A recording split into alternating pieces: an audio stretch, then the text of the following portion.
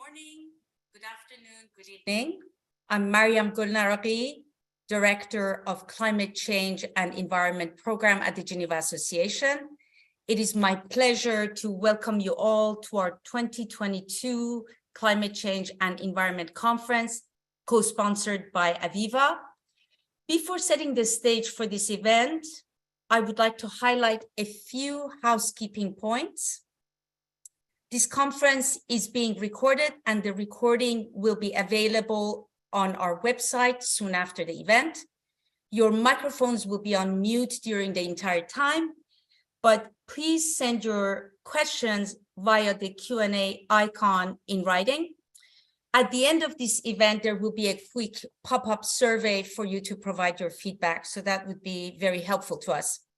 Now, with the 27th United Nations Climate Change Conference convening in Egypt just over 2 weeks, in this last countdown, only 23 countries out of 193 have raised their national determined contributions in alignment with Paris Agreement. So where do we stand today?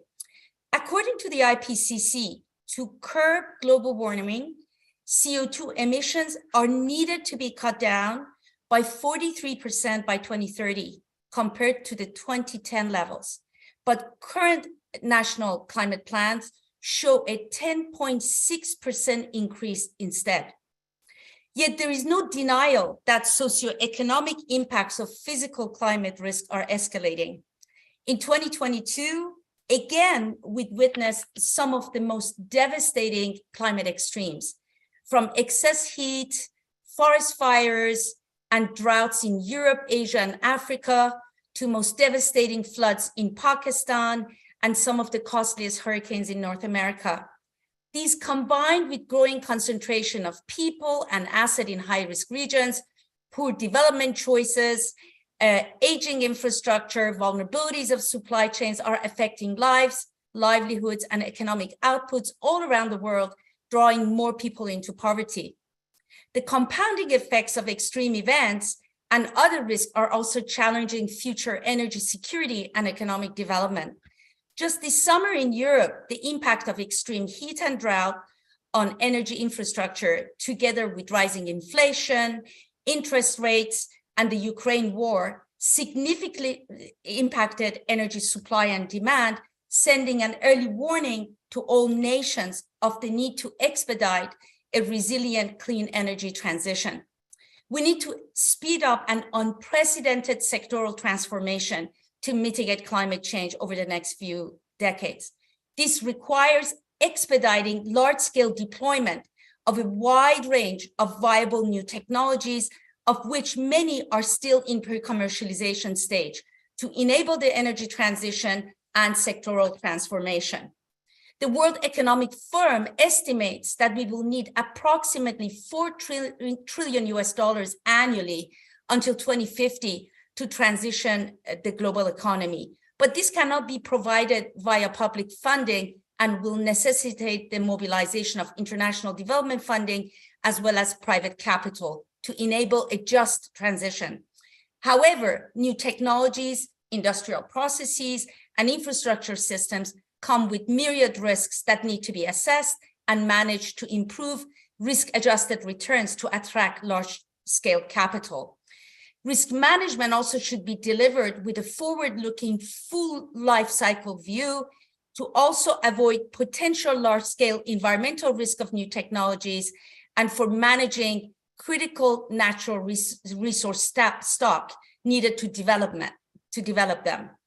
Now, on the other hand, decarbonizing the global economy is fundamental to controlling the cost of climate adaptation measures.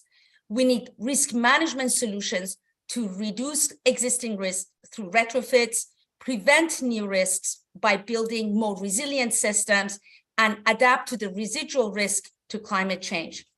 As we look ahead, we need to navigate through many uncertainties associated with public policy, legal, and regulatory frameworks, markets, and consumer behavior. We need to align priorities and work together to expedite this transition with a system-based approach to risk management to incentivize and enable the way. Managing risk is at the heart of the insurance industry. Also, as second largest institutional investor, this industry is part of the solution.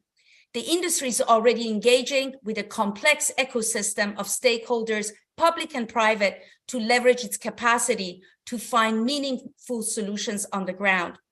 This conference is dedicated to what we can do more, risk management in the era of decarbonization and role of insurance industry. With no further delay, it is my pleasure to invite Amanda Blanc, Group CEO of Aviva, to deliver her opening address. Amanda is a member of the Geneva Association Board. In 2021, she was awarded the Women in Insurance Outstanding Achievement Award and was recognized in the Forbes list of the world's 100 most powerful women. Amanda serves on the UK Prime Minister Business Council to accelerate net zero ambitions. Amanda, the floor is yours. Thank you. Thanks very much, Mariam. I know what hard work you and the team have put into bringing us all together today, so we really appreciate that. And thank you all for joining the webinar today, where we focus on de-risking and investing to support climate transition. How fantastic that yet again the Geneva Association is tackling this crucial issue. I know that next year we will be rightly celebrating the 50th anniversary of the Geneva Association. And in that context, I think a good place to begin is remembering why the Geneva Association was first set up back in 1973. The founding fathers of the association, and there were no founding mothers, sadly, wanted to place insurers at the centre of global thinking on economics, society, and risk. At the time, insurance was seen as a secondary industry of lesser importance than, for example, manufacturing or banking. The GA's first president, Fabio Quadro-Schioppa, along with the CEOs of a handful of other firms, many of them still represented at this conference today, wanted to create an association that would allow insurers to offer an informed, impactful voice on the most pressing economic and societal concerns facing the world. Nearly 50 years on, and that vision is a reality. Insurers' expertise and our capital give us the ear of politicians and regulators, of opinion formers globally. We have a seat at the table next to presidents, prime ministers, and chancellors around the world. And you only have to look at the range of topics on today's agenda to see the depth of expertise we can offer on climate, one of the biggest challenges facing our global economy in the coming years. But I want to convince you today that as an industry, we can and must do more, much more. We must live up to the vision that led to the establishment of this association, and we must make better use of the influence that we have earned over the last 50 years. I have the following 3 observations. Firstly, it's not enough for insurers to simply analyse the risk that climate change poses to their businesses and act to mitigate it. We must actively commit to using our collective influence to make a crucial contribution towards transitioning the world to net zero. Secondly, the way in which we make these commitments to transition, our transition plans, must be consistent and comparable.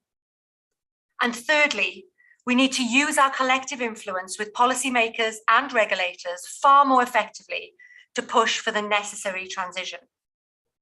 So on the first issue, I hope I'm preaching to the converted here, but the point is so important it needs to be made. The insurance industry's role on climate cannot be limited simply to analysis, risk management, and investment. These aspects are important, of course, an essential baseline for further action. But a world in which insurers all analyse and attempt to manage their individual climate risks is not the same as a world in which the overall risk of climate change is well understood and managed. And ultimately, we're all at the mercy of what happens to the climate as a whole. That's why I'm such a strong supporter of all organisations, including insurers, shifting their focus to the active contribution that they are making to transition the world to net zero, and therefore helping to secure a safer, more stable future for everybody. For Aviva, That means our 2040 climate plan, where we set out how we aim to play our part in accelerating the net zero transition through all core activities: investment, underwriting, risk management, engagement. And Aviva's not alone. I know many of you on this call have made similar commitments. Last month, in an important step, the Geneva Association became a supporting institution of the UN-convened Net Zero Asset Owner Alliance, an alliance of institutional investors committed to transitioning their investment portfolios to net zero carbon emissions by 2050.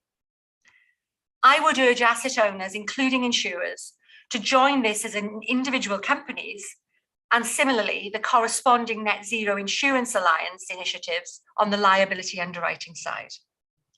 In relation to net zero transition plans, I often hear the following two arguments.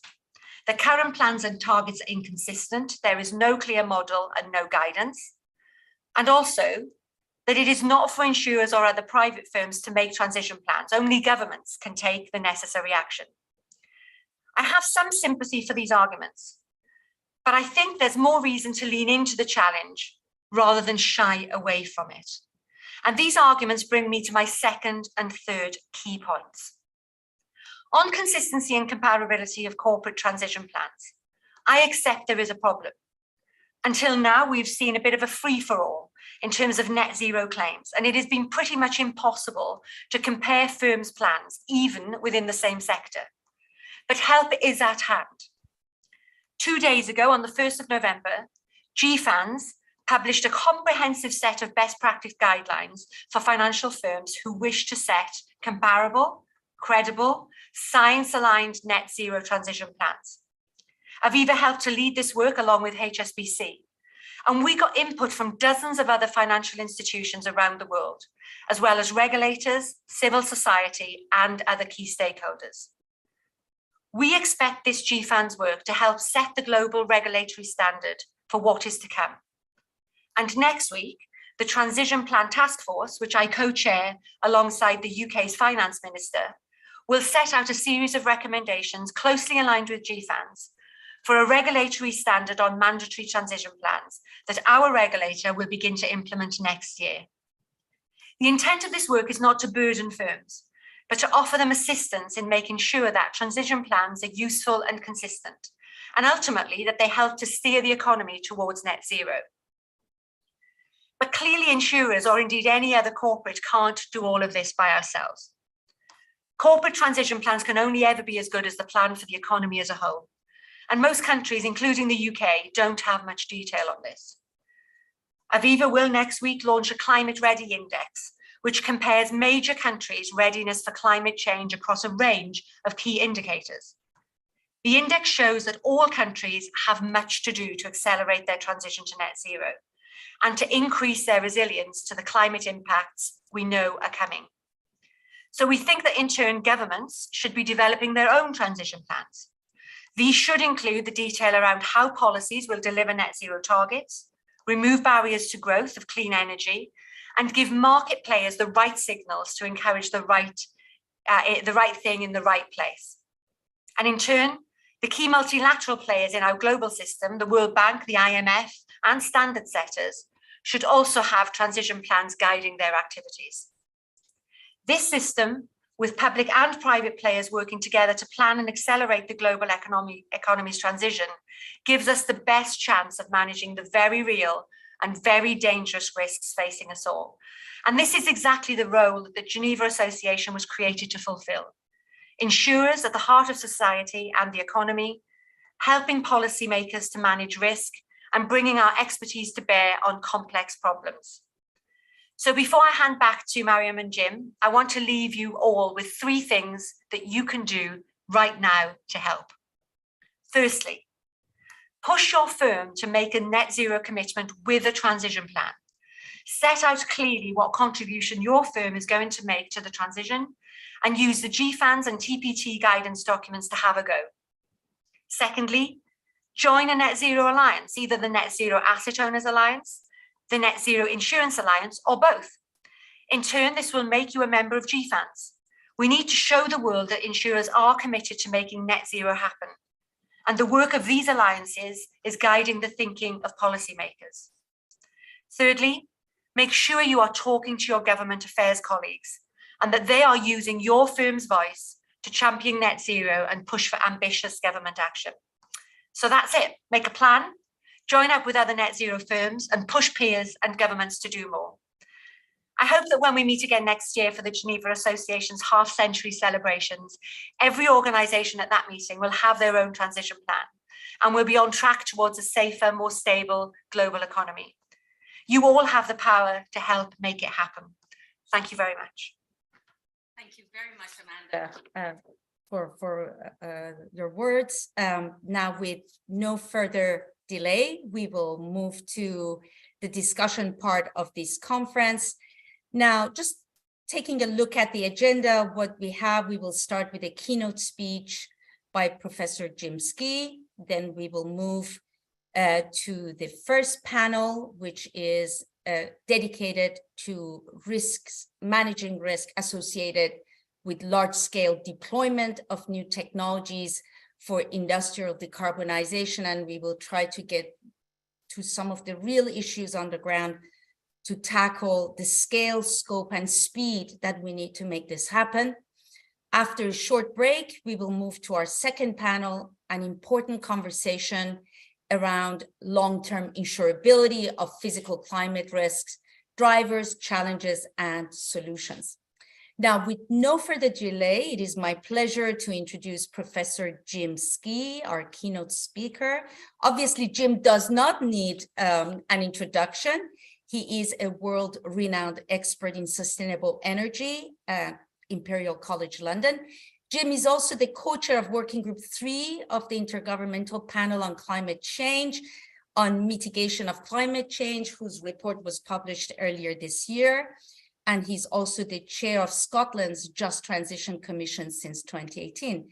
Jim, thank you so much for joining us, and the floor is yours. Okay, thank you very much, Mariam, and thanks also for this opportunity to speak at your conference. I was actually reminded by Amanda's introductory remarks that in a previous life I'd partnered with the Geneva Association on an EU framework project when Walter Stehel was there. So it's very good to continue this association. I think that was actually a long time ago, about the 25-year mark. So if I can get my first slide up. What I'm going to do, I mean, obviously, as the introduction said, I'm co-chair of the mitigation part of the Intergovernmental Panel on Climate Change. But in the next few minutes, I will try to convey some of the key messages from all of the 3 working group reports of IPCC that have come out over the last year. So without more ado, straight on to the next slide and the outcomes of our colleagues in Working Group 1 who deal with the physical science of climate change, and a very strong statement that really summarises everything that was covered in that very comprehensive report. I think the key thing is the use of the word indisputable. It is indisputable that human activities are causing climate change, making extreme climate events, heat waves, heavy rainfall, droughts more frequent and severe. We can observe climate change having an impact in every region of Earth, and these changes can only increase with further warming, which is inevitable. So very, very strong messages from Working Group 1. Moving on, a key summary of where we are. This is a graph taken from the Working Group 3 report that came out in April, but it's also very much echoed by the UNEP GAP report, which the United Nations Environment Programme published last week. Same kinds of messages. And also they were there in Mariam's introductory remarks. If we carry on with the current policies that we have in place, that is the reddish band at the top of the diagram, then emissions will be higher in 2030 than they are today. In order to limit global warming to 1.5 degrees, which is the aspiration of the Paris Agreement, we would need to be on that blue line, which implies, again, that emissions would need to fall by 43% by 2030 to put us there. If we were to be at the upper end of the Paris Agreement range, say likely to limit warming to 2 degrees, then we would need to be on that green band, which requires emission reductions of about 27%. But the truth is, the pledges that we have at the moment, the nationally determined contributions, lead to only a very small reduction by 2030. That would place 1.5 degree warming beyond reach, but it would still be possible to limit likely warming to 2 degrees, but only if we accelerate our emission reductions after 2030. And it is quite noticeable that the rate of reduction in that delayed action scenario, where we stick to the current NDCs by 2030, the emission reductions year on year are actually higher than they are in that 1.5 degree scenario at the bottom. So it's emphasizing the importance of immediate action if we're going to avoid some of the challenges, both in terms of feasibility and cost for reaching our emission targets. Now, this figure has important implications for both adaptation and mitigation. So if we can move to the next slide, which is from Working Group 2, our colleagues who work on impacts, adaptation and vulnerability. Again, just a very set of high-level messages about what would need to happen to address the challenges suggested by the previous slide. We need political commitment and follow through at all levels of government. For adaptation, institutional frameworks are particularly important. As suggested by Amanda, we need clear goals, we need priorities, and we need defined responsibilities. We need to spread the knowledge of potential climate change impacts and the risks associated with these impacts in order to improve our responses. We need to expand that knowledge, spread it throughout society.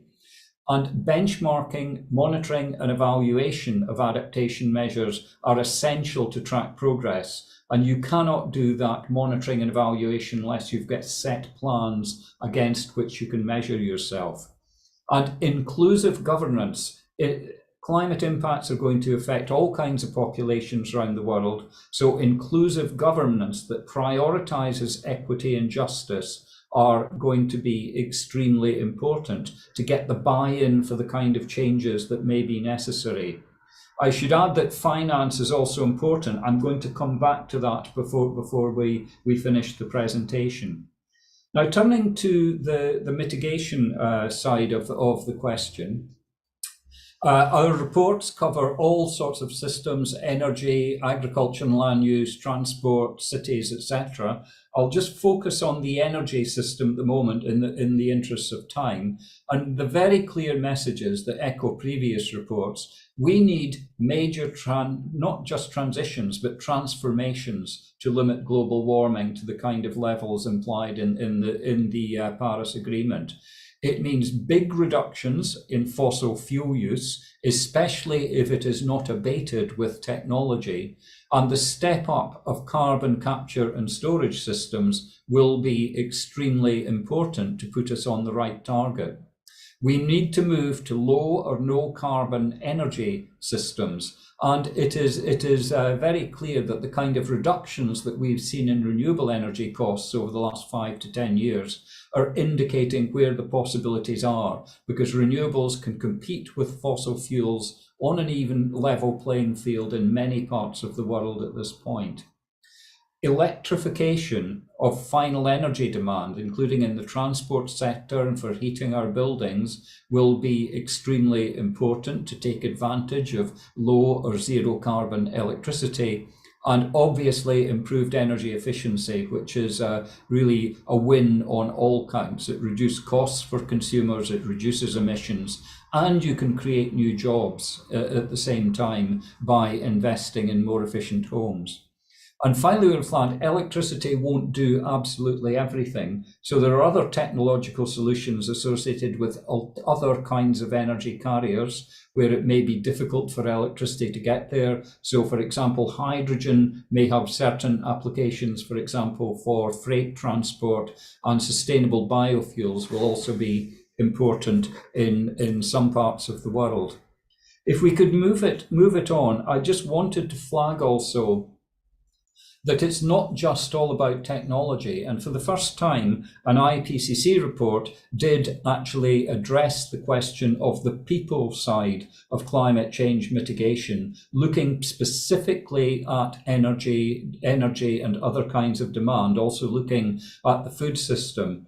And this made a very clear point that it is possible to satisfy people's needs for nutrition, shelter, and mobility while bringing global emissions down by 40 to 70% through demand side measures. So it's got a list of the kind of things there that we've got: walking and cycling, electrified transport, reduced air travel, adapting houses. But, and I would flag, it's not on this slide, but it's implicit in the little picture on the bottom left-hand side. We also addressed the important question of diets and food systems. Delicately, I should say, but we did approach it. So a very clear message that lifestyle changes, if they're going to take place, require systemic changes across society. People won't do it by themselves. They'll only do it if they're supported by the availability of infrastructure and the availability of technology that allows them to make these changes. So the question of human behavior and technology are a little bit indivisible. They need to be thought about at the same time. And a final point, we were well aware of the fact that in some parts of the world, there is a need for more energy access, and that well-being can only be promoted by giving people additional access to housing, energy, and resources. But it was very clear that that did not need to compromise efforts to reach long-term climate targets. Now, the next slide, please. One point that I really do need to make very strongly, and it wasn't on the adaptation slide, is the absolute importance of finance as an enabling condition for the kind of changes that we need. And we actually wanted to put this very striking diagram showing the difference between current investment flows and those investment flows that would be needed by 2030. We wanted to put that into our summary for policymakers. Unfortunately, it fell apart because countries disagreed as to whether we could refer to developed or developing countries or not. But fortunately, it's still there in our technical summary, and we can raise it up and show it in our diagrams. But the big message from that is that investment flows fall far short of the levels needed in order to pursue the objectives of the Paris Agreement around both emissions reduction and reducing vulnerability. So big messages. At the top, we look at the gaps in flows by different sector. And one thing to flag is there are certainly still gaps on the electricity side that are existing, but actually, because of the economics of renewable energy in particular, financial flows there are starting to move in the right direction. And although the gaps are big, they are not as big as in other areas, for example, energy efficiency, transport, and we would particularly emphasize, I think, the question of investment in agriculture, forestry, and other land use as a very, very big gap in terms of multiples needed in terms of scaling up. And I think the second message there is that the gaps are far bigger in developing countries than they are in developed countries. So getting flows to the more vulnerable parts of the world will be absolutely critical.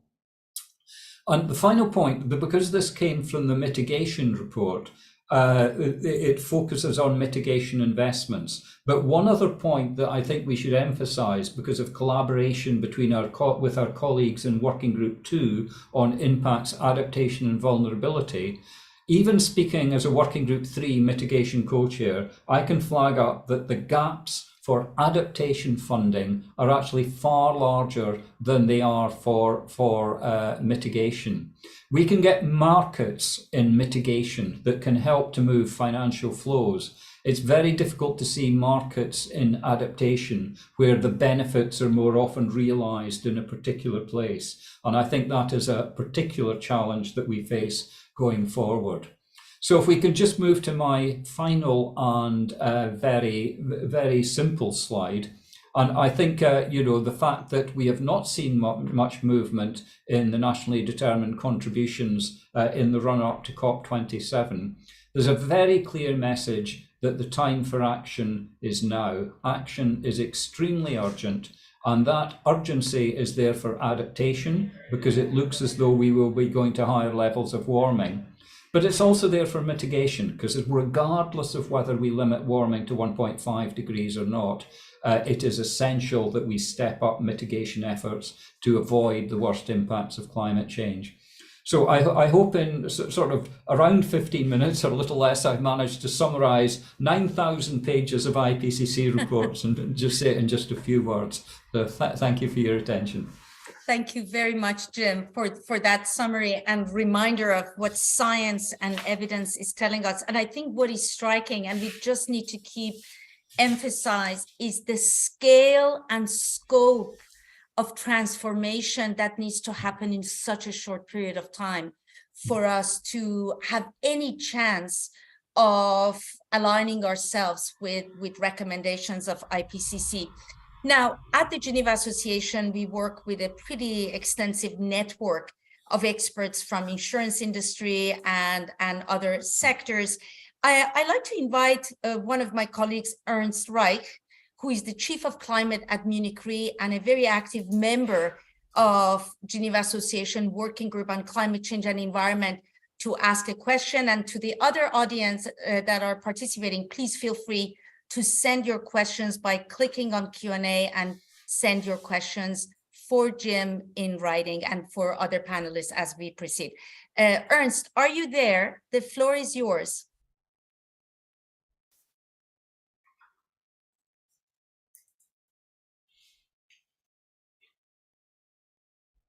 Okay, we may have a technical difficulty. I know that he's online.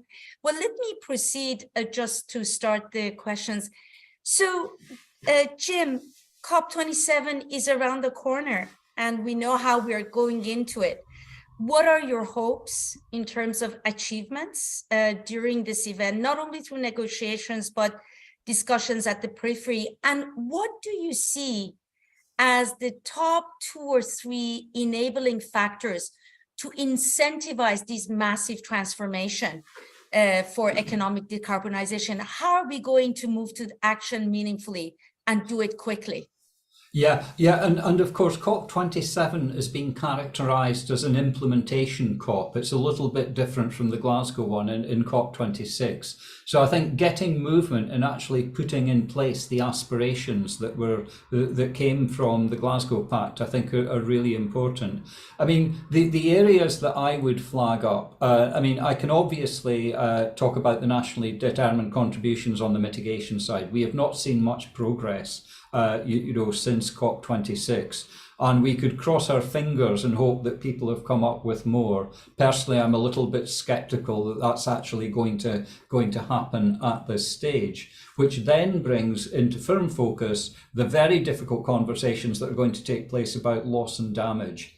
What happens about adapting to climate change, and what about compensation for the residual risks that will be left when limits to adaptation have been reached? And I think there are some very, very difficult conversations going to take place there. And I think that indeed would be extremely important. And in terms of the kind of the enabling factors to make it all happen, money makes the world go round and will keep the world spinning, I think. So I think this question of finance is absolutely critical. It's important to remember that there were 3 goals in the Paris Agreement. One was around mitigation, getting emissions down. One around enhancing resilience to climate change, and the third one about making the money flow in order to allow these other objectives to be met. And I think progress on the financing side is also going to be one of the critical factors.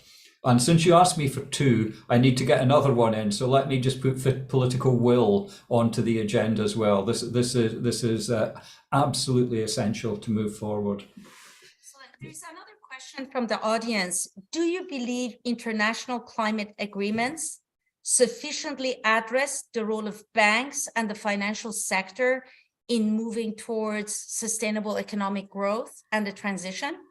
Yeah, I mean, I wouldn't necessarily expect individual sectors, to be singled out in kind of things like the Paris Agreement, for example. But when you go to a COP, as I am doing next Monday, it's a mixture of a negotiation, a trade fair for all kinds of sectors of the economy. It's a scientific congress, and it's a demonstration for from people from civil society. It's all of these things at once. And I do think it's incredibly important that all sectors, especially people involved in the financial sector, are engaged with the negotiations and all the peripheral discussions that go around the outside as well. Absolutely essential.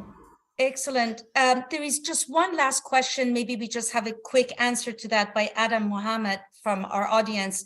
What are top mitigation and adaptation solutions that can be implemented for the private sector? Just maybe some quick thoughts on that.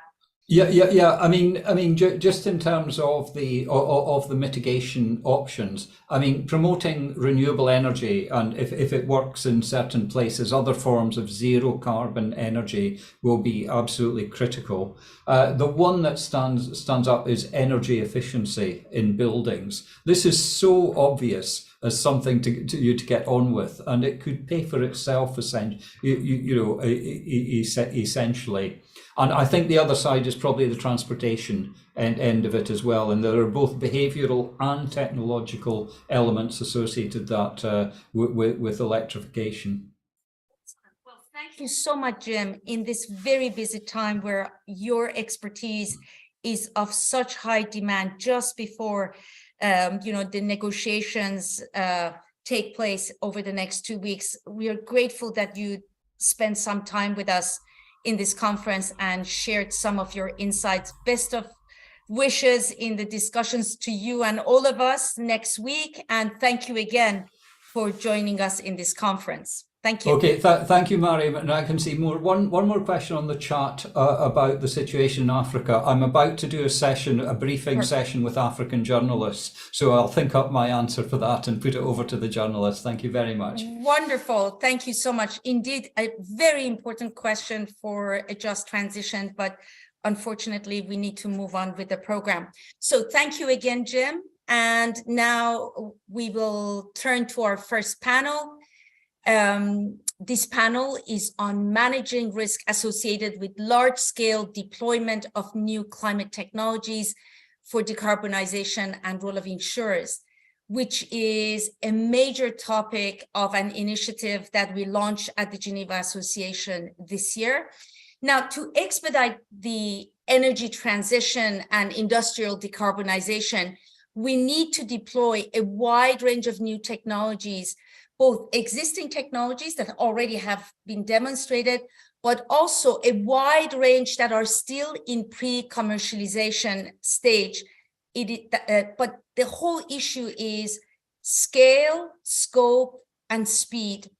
Now, according to the World Resources Institute, in 2010, solar and wind combined made up only 1.7% of global electricity generation. This was increased to 8.7% in 2020, and just in 2021, it went over 10%. So the growth of solar and wind has been linked to falling costs and rising demands, but I like to argue that we still have not reached the maximum capacity for solar and wind and haven't scaled it to its potential. Now, if you can please bring up my slides, I want to show some numbers. Thank you. According to Mission Possible Partnership, 7 key sectors, including steel, concrete and cement, trucking, aluminum, shipping, aviation, and chemicals, account for over 30% of global emissions. Now, Mission Possible Partnership also calculates key milestones that need to be achieved by 2030 in terms of deployment of green solutions for these sectors to have some chance of meeting Paris agreements. Now, the key challenge is development of markets and off-takers for these green solutions. Momentum is developing around regional hubs and consortia to expedite commercialization of specific technologies, for example, around hydrogen production, and then flow of hydrogen to supporting green steel, green cement, carbon capture, storage and utilization, sustainable aviation fuel, long-term battery storage. Now, if you can please go to my second slide. Now, with many of these decarbonization technologies being in pre-commercialization stage, and what you see on this slide, which has been produced by World Economic Forum, you see that a number of hubs are coming together to actually bring together key stakeholders that are involved not only in development of technologies, but those that are critical to financing of the technologies around specific technologies. Now, these hubs are enabling not only the ecosystem of key stakeholders in technology and project financing come together at much earlier stages of pre-commercialization, but also they're enabling access to pipeline of early deployment projects, where here is referred under pilot projects and early deployment. Now, what I want, if you can please click one more. Currently, there are a number of initiatives, global initiatives are also underway, with World Economic Forum launching a major initiative since several years ago on financing net zero and focus on financing of new technologies, starting with the early pilot stage. At the Geneva Association, we have launched a major initiative around how we can mobilize the force of insurance industry as risk managers and investors are also into the pre-commercialization stages. Now, if you can please go to the next slide. Now, many of these technologies come with a wide range of different risks that could range from construction risk, operational and safety risks, environmental risk, disposal risk, credit risk, off-taker risk. These risks need to be managed for us to be able to attract private capital to these projects far beyond what currently is supported through the public sector grants, through philanthropy, and through the VC equity financing. We need to attract debt and capital market investing to these pre-commercialized projects. And this is the whole point of trying to expedite large-scale finance to bring these technologies into commercialization and to scaling. So the whole risk management is foundational to attracting the capital. And what I like to do today, as part of this panel, I want to establish a risk management narrative. So one thing for sure is that each technology has its own myriad of risks, depending on which technology readiness level we are attempting to finance. Now, we need to identify the risk of the technology, understand how to mitigate them, and who is willing to uptake that risk from a range of stakeholders that are involved. And as part of these ecosystem of these stakeholders, what is the role of insurers as risk managers and underwriters? What are the challenges before insurers to get into these pre-commercialization stages and underwrite technologies whose risks are new and there is no history? So in other words, the whole area of risk assessment needs to be rethought. What kind of expertise we need to do that? Also, role of insurers as investors. What are the opportunities and challenges for institutional investors that are deeply regulated and have fiduciary responsibility to be able to provide large sum funding into this transition space? Now, what is the role of partnerships in innovating risk management solutions? And how does public policy come in as an enabler? And very importantly, we not only need to focus about deploying these technologies in developed nations, but what about a just transition? How are we going to bring these technologies into emerging and low-income economies? So with that, I would like to introduce our panelists. If everyone can open up their cameras, and I would love to be able to show all of you on camera. So we have Jeff McNally, co-founder and president of Energetic Insurance. Jeff, welcome. Derek Baraldi, head of sustainable finance and investing, head of banking and capital markets, who is leading the Financing Net Zero Initiative at World Economic Forum. Derek, great to have you here. Christopher Creed, who is a senior advisor at U.S. Department of Energy Loans Program Office.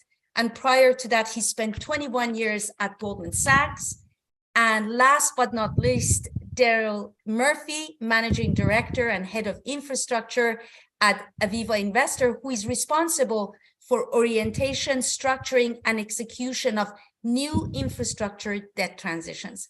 So really great to have you here, gentlemen. And what we're going to do is, as a starting point, I'm going to invite each of you to deliver a short 3-minute statement, to position your thoughts and your ideas about this big question that's before us. And I want to start with Jeff. Jeff, you are a process engineer turned insurer, and you are, you have launched a company in the United States with the aim of scaling up some of the commercialized energy solutions and make sure that these are accessible to all. Tell us about your journey. What inspired you to do that, and what sort of problems you think we are facing in terms of scaling up already existing commercialized technologies for energy transition? Over to you. Thank you, Mariam. And first of all, can I just say what an absolute pleasure it is to be here with such a prestigious group. I can't imagine a more important time and a larger challenge to be addressing. And thank you for the kind words of introduction. So yes, as you said, I'm an engineer by training, have spent my whole career in renewable and distributed energy, starting with applied R&D across a variety of different technologies, including fuel cells, solar, energy storage, building energy efficiency, initially with the Fraunhofer Institutes. And I focused there on commercialization of early stage technologies. Indeed, a lot of what I was focusing on was de-risking those early stage technologies from an engineering and technical perspective. From there, I went to a software product management role, really focused more on commercial and industrial clients, helping understand the demand side of the equation and the data and analysis required to inform those energy efficiency and demand management activities. And it was in that context that I saw one of the biggest barriers to deployment wasn't actually the technology. It was a little bit of awareness and education, but increasingly, as of 2016, there's large awareness of the challenges. There's large awareness of what technologies like solar and wind can do, and even economic viability. So the gap was often in the financing. So I pivoted my career from a technical engineering and R&D focus to a deployment focus. And the question was, what are the risks holding back the market, and how can we best address those to accelerate financing? And through my analysis and experience with my co-founder and other advisors, identified that we thought the risks were being mispriced. So we started Energetic Insurance with a mission specifically to address the risks holding back the market in deployment of renewable and distributed energy. That primary starting point for us has been in credit, because while we talk about distributed energy, the largest buyers are actually massive companies. They're the existing investment grade rated companies, and we are not seeing deployment in the broader swath of real businesses, the grocery stores, the distribution warehouses that need those energy savings and resiliency as well. And so this focus on deployment and distributed energy resources, I think, is so important for what we're talking about, and hits multiple points. It hits the mitigation because you're reducing carbon intensity. It's adaptation. In many cases, we're deploying microgrids for essential community infrastructure, as I mentioned. So you get the mitigation, you get the adaptation, as well as resiliency and cost savings, right? It's not a tax, it's actually a benefit. And if we look at it that way, you have businesses that become more creditworthy because we've insulated them from the fluctuations of energy, which for many businesses are critical to their function. We see this in Europe right now. Heavy industry is forced to shut down because of energy price volatility. So there's so many mutually reinforcing positive impacts. And what it took for us was to take a different look at the risk profile, considering these markets that are just very, very esoteric when it comes to renewable and distributed energy. We're very fortunate to be backed by some great investors and also some of the largest reinsurers in the world, which enable us to offer long-term credit insurance. And we're just getting started. The thing that I'd like to highlight going forward, and then I'll wrap, is that I think insurance can be a really powerful instrument for blended finance and collaboration between impact investing, whether that's philanthropic or government, and private sector capital, in a way that is a very effective use of those limited dollars. But thank you again for the invitation, and it's wonderful to be here on this problem. Excellent, thank you so much. And I think we will come back. On the points that you've raised, particularly blended finance and the scale of finance that needs to be raised, and some of these bottleneck risks. Let me move to Derek. Derek, I've had a pleasure of working with you this year, and I know that at the heart of the incredible work that you're doing is to come up with a framework for project financing in pre-commercialization stages, where you're bringing this complex stakeholder ecosystem together to rethink how we can manage this risk to expedite and increase capital. And I think you have 2 slides to share with us. Maybe we can have the slides up. Derek, the floor is yours. Tell us a little bit about what you're trying to achieve and why is it important? What are the key issues that we need to be thinking about in scaling the scope of technology and speeding its commercialization over the next years to come? So first of all, thanks a lot for having me. It's a real pleasure to be here today. To your earlier point, Mariam, no stakeholder group alone can achieve the challenge of net zero transition. This is the reason why a key part of the work we have been doing at the World Economic Forum past years in our Financing the Net Zero Transition initiative is really identifying a new financing mechanism and business models can be developed through cross-sector collaboration. So in our work, we have narrowed down on the action needed to help the heavy industry and the heavy transport sectors to transition to net zero. We spent quite some time on 3 overarching horizontal, 1 on finance, 1 on policy, and finally 1 on demand signals. So let me give you 2 concrete examples of our work and how insurances can help. One linked with finance and another one with demand. And this is the slide that you have in front of you. So on this slide, mapping the complex ecosystem of stakeholders, we outline how such collaboration can work for hydrogen production. So hydrogen production is really supported in that case by a special purpose vehicle, receiving different types of capital. You can see there project finance from commercial banks, equity from asset owners, subordinated debt as well from multilateral development banks. In addition to that, we have attempted in our framework, which by the way, we have developed for multiple industries, to look at it as well from a risk mitigation perspective. So the project in that context is a shared effort between insurers providing technology and construction insurance, public authorities as well, providing construction grants, and finally, export credit agencies providing loan guarantees.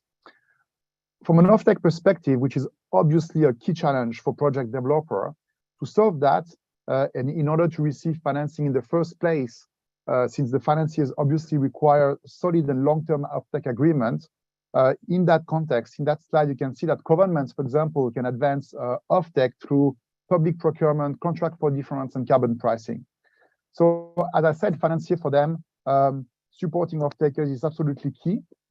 And that's the reason why we are doing quite some work on the so-called demand horizontal, and that's the finance pillar. Maybe you can go to the next slide, which I'm going to go through quite quick. So since this guaranteed offtake is such a key issue for project developer in securing financing, we will have to find ways how financial institutions can support companies interested in buying net zero products to actually enter into a purchase agreement. So what we have done, we have attempted to highlight what are the type of risk off-takers are going to be exposed to.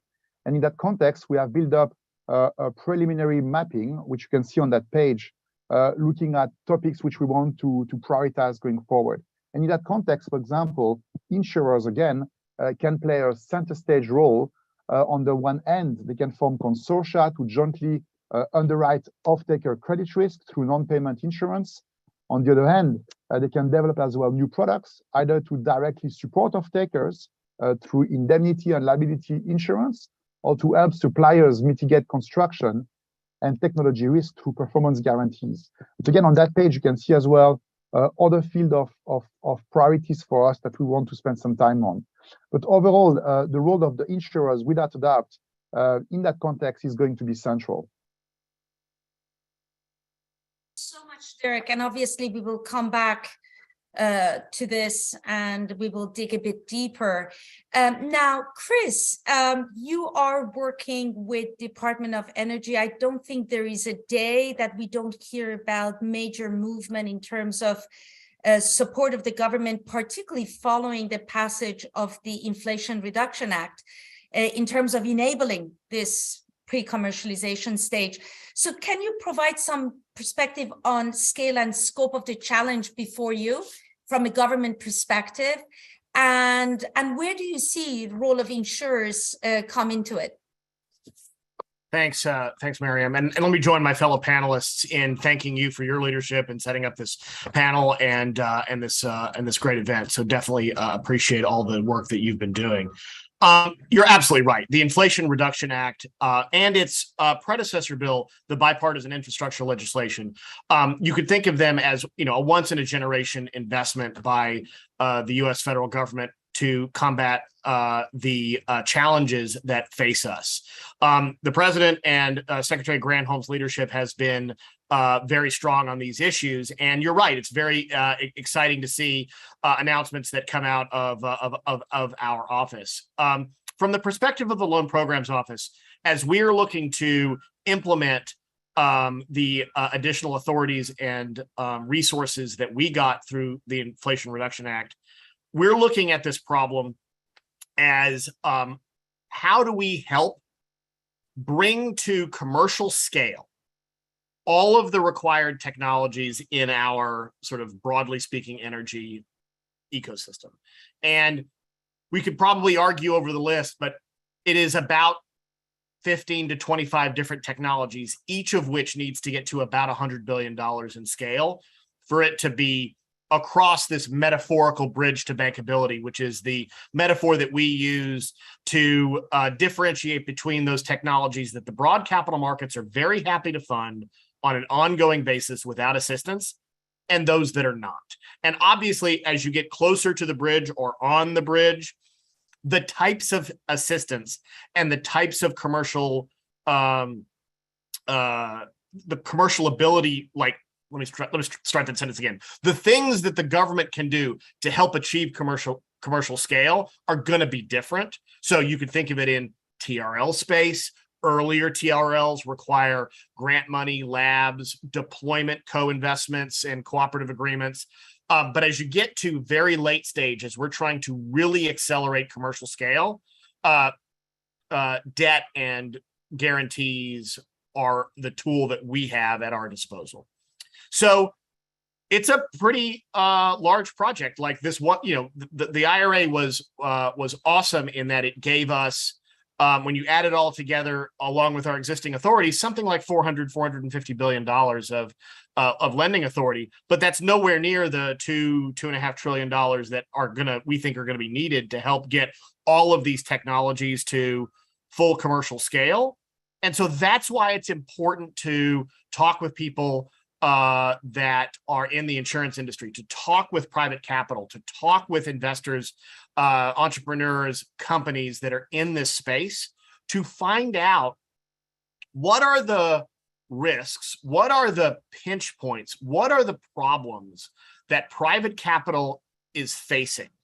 And if we can use our authorities to help de-risk those, we'll get a lot of leverage and we'll accomplish even more than the $1 billion that we lend to XYZ project. That's great.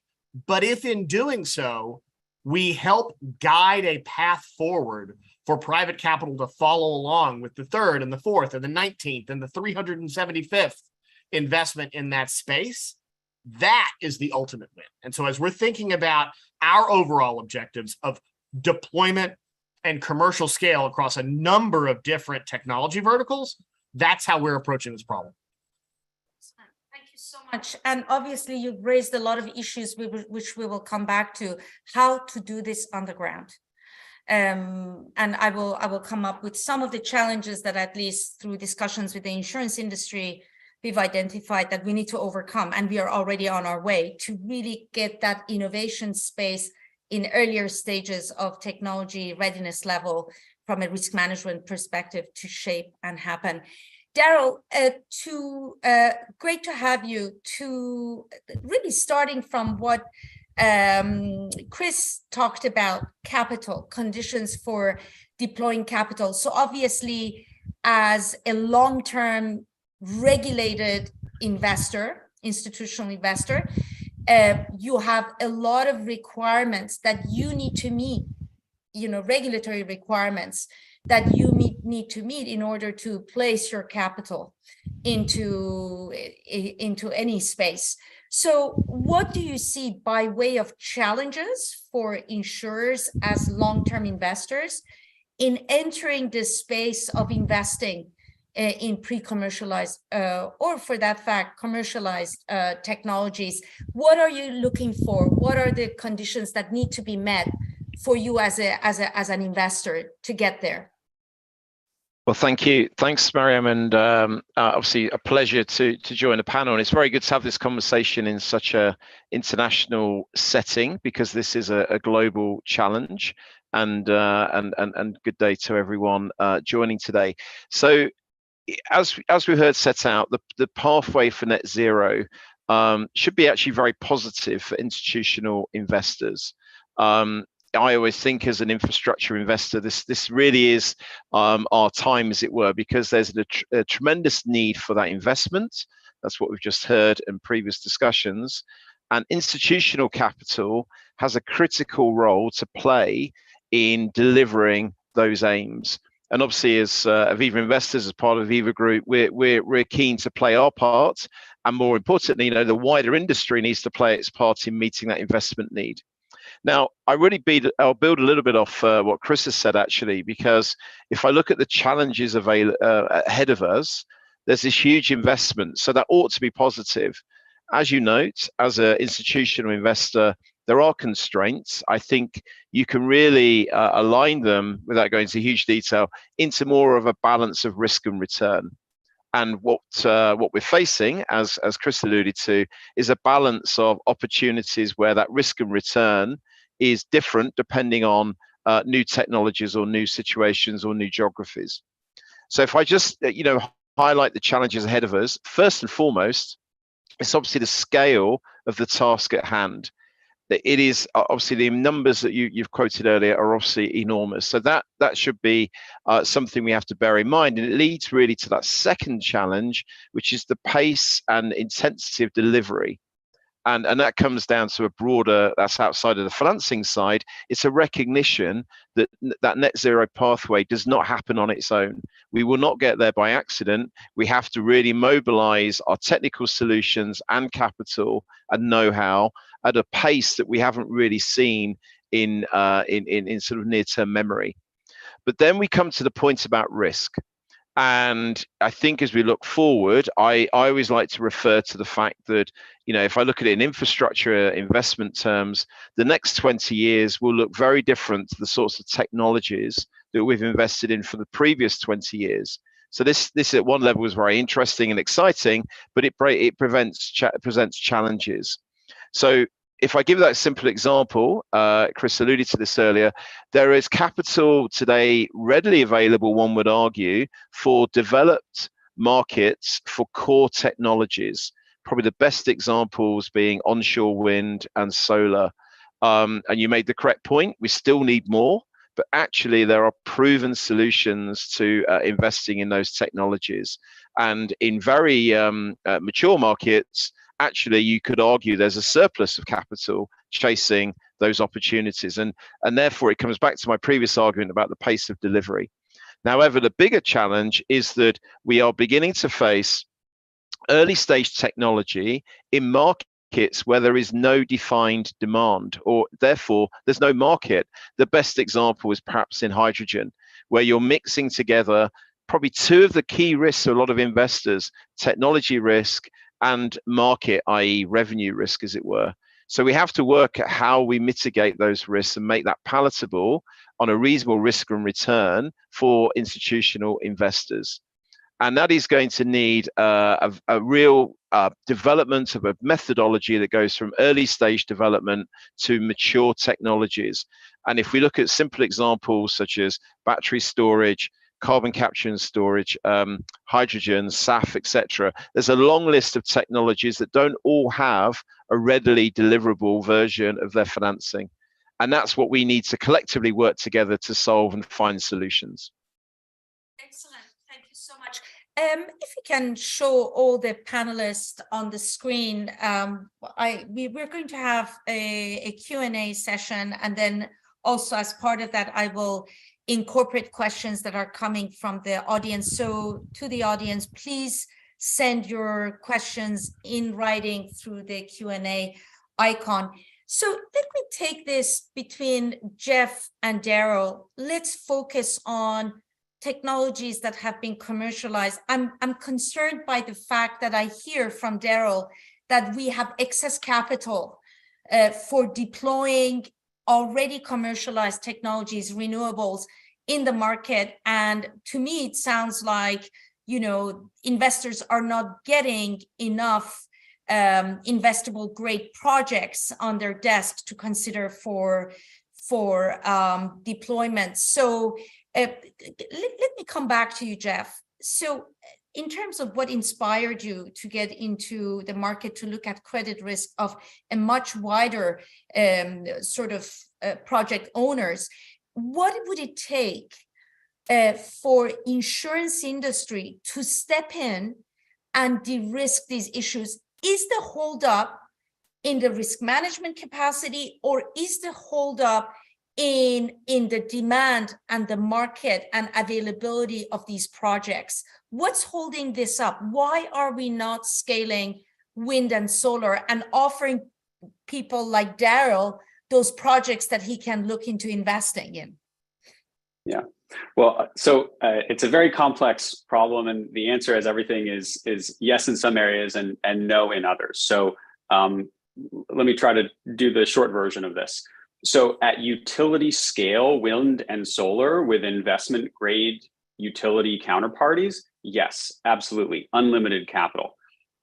It's just as you get to smaller projects, more distributed, more challenging credits. And let's remember, there are utilities in the US and around the world that are not investment grade. And those have significant challenges, even with mature technologies. But I want to go back to the demand side, because we heard this from Jim, that there are energy efficiency technologies. It's not all about the supply side. We have mature technologies like heat pumps, which are not being deployed on the scale that we would think based on their maturity. So I've actually just been working on a project with the Department of Energy and NYSERDA to address some of these challenges and ask the question, are there novel financial products that could accelerate deep energy retrofits? And a preview of what we found are things in something like heat pumps. It's a perceived risk. And this is where I think Chris and the LPO can excel, is by looking at risks that may have a mispricing in the market. So something like heat pumps for residential customers, there's a lot of skepticism in cold weather performance. So what's the answer? Well, it might partly be education.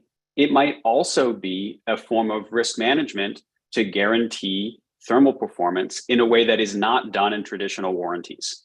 So I'm not saying that we found the answer, but that's a thread that I think we can pull on, and an example of this intersection of customer perception and technical risk that actually I think could be well managed through risk transfer. Excellent. Daryl, let me come to you on this. From a point of view of such a large institutional investor such as yours and many in our industry, what size projects are attractive to you? I mean, maybe what Jeff is talking about are much smaller projects. How do we scale to really get institutional investors such as you interested? And if you can share a bit with us on that. Excellent point, and Jeff makes a very good point about this, because we and I did enjoy the comment made about energy efficiency, because it is too one of those areas I scratch my head on and think, why are we making little progress in such areas? And what Jeff raises is correct. There is a point here about scale. So I can sit here and say, look, if we want to build an offshore wind farm, etc., it's a very large asset, and we're a very credible developer. It's readily financeable. Small scale, even core renewable technology or heat pumps is a good example. The issue is scalability. And if you look at investment, I would say it's not necessarily just a fact of appetite from the investors. It's also at what point does it become efficient if one looks at the level of associated costs with putting financing in place, the inevitable involvement of diligence advisors, legal work, etc. So there is a transactional cost. You tend to get to a point where you need to be in the sort of, even if I said tens of millions, there's certainly appetite in that area. So I don't think for a minute these assets have to be at a sort of $1 billion sort of level necessarily, but for efficiency purposes, the best solution for this is to find a form of aggregation. So if you need a model where an agent has to be able to aggregate those assets into a potential portfolio, which can be financed more readily into the broader institutional market. And to some degree, investors are doing this. Because one of the areas that you might find infrastructure equity investors investing in might be investment platforms. So the idea here is, instead of investing in single assets around heat pumps into residential developments, why don't you invest into a platform which is a company who is actually delivering those services? So therefore you're changing the risk profile, but there is appetite at that level. From a debt point of view, that if you go down the avenue having large aggregated assets, and that's the solution, and that can equally work. I think, to my mind, that's part of the solution for energy efficiency, as an example.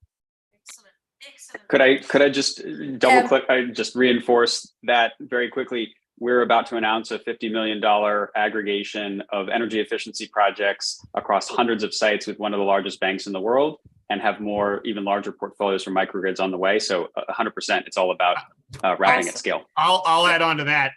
It is absolutely, and Jim spoke about this in the panel or in the speech before this. It is absolutely the low-hanging fruit.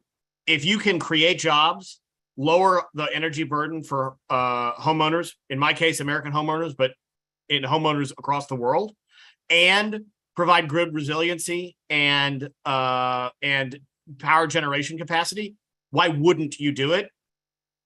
Based on my statement, you should read that we are absolutely leaning into aggregation projects, and you should see, and our business plan is to do that in very large size over the course of the next 2 years, with our first project coming in the next few months. This is awesome. This is outstanding in the sense. So the question remains that how are we going to aggregate some of these existing commercialized technologies to make them accept, and who plays the big role in that aggregation? And my question is, we need a lot more of Jeff McNaughton's and Chris Reed's in the world to work on that. I also think just to Jeff's point earlier, we also play a role in getting information out there. And so the Lawrence Berkeley National Labs put out a report earlier this year that says that American homeowners default on energy efficient loans substantially less than other consumer debt. Mm-hmm.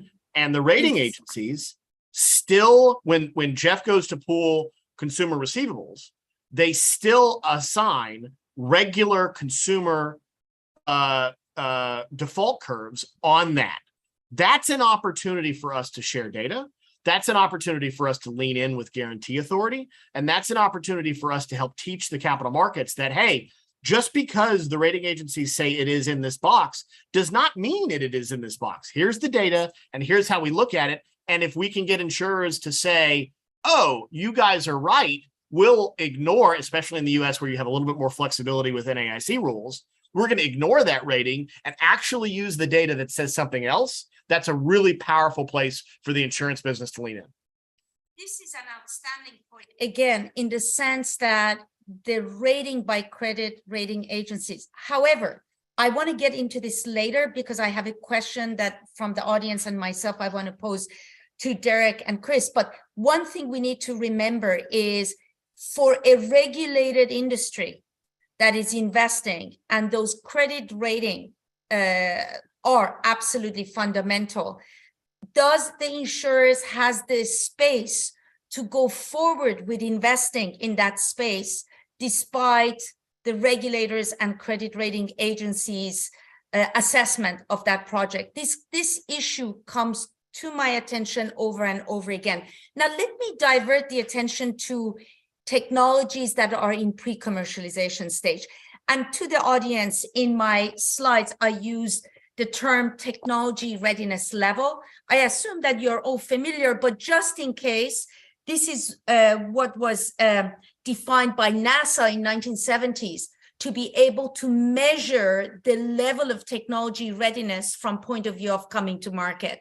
So what we are talking about here in pre-commercialization is where the technology is being demonstrated in a pilot to assess the technological risk, and subsequently it moves to a larger scale pilot to look at the full-blown operation of that technology in a larger context, still pre-commercialization. But as it's raised by one of our audiences, many of these technologies at this stage, the risk is new, is unknown. We don't have records of that, and insurers and other risk takers, other risk mitigators have to work based on expertise and other sorts of information to be able to come and innovate some of the risk management solutions. So Derek, let me come to you in terms of your efforts through some of the initiatives that you have launched as part of the net zero financing, for example, the hydrogen group and others. So what do you see by way of challenges in bringing this ecosystem of stakeholders that should be involved in project financing to tackle that issue of risk management without information, without history? How are we going to resolve that? What is going to be needed to get the risk takers to actually take the risk and enable moving these technologies forward into the commercialization space through raising of capital? What are some of the big issues you're facing in that space? Thank you. I hope you can hear me. Sorry. Yes, so listen, very well. First of all, I think the role of the forum really is to bring these multiple stakeholders in the room to discuss with one another, because not everybody always know the role of the other parties and how to connect to them. So we spend a huge amount of our time bringing in our colleagues from the DOE to financiers, not only in the US, but as well elsewhere. We bring policymakers as well in closed-door sessions with the airline industry, with the steel industry, to reflect on the tools that they have at play today and the one that they should need tomorrow. So this role of increasing the level of education and knowing where to go as much as we can, we try to help, and we realize that there's a huge level of challenges there already. Then there's a list of points I think we have to pay attention to. So first of all, we have noticed, especially when we look at TRL, which was quite low, that there's a mismatch in the opportunity profile between the capital supply and the demand, and there's nothing new here, and we have talked about it already before. But the financiers are constantly pointing out that the returns are not commensurate with the level of risk which are posed. And typical debt financiers, for example, tenors, are misaligned with the project financing needs. And since GFC, as you know, it's all about shorter tenor. These are like massive challenges that we are facing. In addition to that, on lower TRL, the pipeline of bankable project is limited. And despite we have all that willingness and capital available on the supply side, at the moment, it's not that available, and that's a big issue for us. In addition to that, what we have realized as well is that many of the underlying industries are hesitant before showing some of these projects to financiers. They really want to be in a position where there's some level of trust for that dialogue to occur, because some of these projects, again, are not going to pass the hurdle rates, and not all of the financiers are ready to hear that, and they're just going to move to the next one. So they need to move it to a place where it's acceptable, and the financiers are going to stay in the room with them. Finally, there's 2 points, but I think it's slowly starting to be remedied, at least in the EU and in North America. It's the political and the regulatory uncertainty. But I think with programs such as the IRA and what the EU has been doing the past months, probably we are moving in the right direction. It was not the case, I will say, 6 months ago. And then finally, and that one as well, somehow is being mitigated, but there's limited data and as well clarity on the pathways for the underlying sectors. But there, with the building up of sector transition strategies through Mission Possible, or as well through the work of the GFANZ, the Glasgow Financial Alliance for Net Zero, I think the level of clarity is increasing. And I think we're going to be able to attach ourselves to that to support these underlying sectors, knowing that these financial companies, they have made high-level commitments, and now they need to implement strategies to help these industries to decarbonate and to transition. Excellent, thank you. I want to come back to you, Chris, and all of you, anybody that has a response to that. One of the issues that we confront, so, we have brought together a big range of insurers that are really willing to explore getting into this space at scale. Now, one of the big challenges that we identify is entering into underwriting and guaranteeing pre-commercialized technologies requires innovation in product development. And for that, insurers need to sit, face to face with technologists that are developing and scaling up these projects. For example, let's say sustainable aviation fuel, when the first site for production of it is being built to explore technological risk, this is where insurers indicate that they need to be sitting with the technologists in the absence of available risk information to start exploring, mapping the risk, innovating the kind of solutions that the industry needs to be able to bring. How are we going to enable that communication? How are we going to enable that face-to-face engagement at those early stages to get this show sort of rolling, given that we still have limited projects coming to market? And to your point, Derek, sometimes the project developers are hesitant to show these projects up front. How are we going to break that up and enable engagement of insurers and their access to the pipeline of these projects that are coming to market at those earlier technology readiness level thing? What can we do? Chris, maybe you can shed some light, because you guys work with a lot of these projects. Yeah, absolutely. So in the GCEF conference in Pittsburgh last month, we convened a bunch of forums where we wanted to speak with investors, companies, entrepreneurs, insurance companies, the whole ecosystem, and ask this question around pinch points. And in the later stage, it works. You've built your demonstration facility, and now we're going to commercial scale. It's really about debt, right? It's really about increasing the availability of debt and solving the misunderstandings when it comes to debt, the things that Jeff and I were talking about earlier. At the earlier stage TRLs, it's important for us to ask these pathways questions. And we have our pathways teams engaged in dialogue with the ecosystem. So we understand what we think are the most likely paths to deployment, and then go out and trying to find what is the optimal de-risking strategy for the earlier stage developments. And it's going to depend on where in the TRL spectrum you are. So as part of the bipartisan infrastructure law, the Secretary restructured the Department of Energy and added the Office of Clean Energy Demonstrations to be separate than our early stage labs and ARPA-E offices, with the idea that the things that you need to do are going to be different, right? ARPA-E very clearly has the authority to do grants, cooperative agreements, cash prizes, and other transactional authorities, broadly defined, to try to induce the kind of innovation that is required.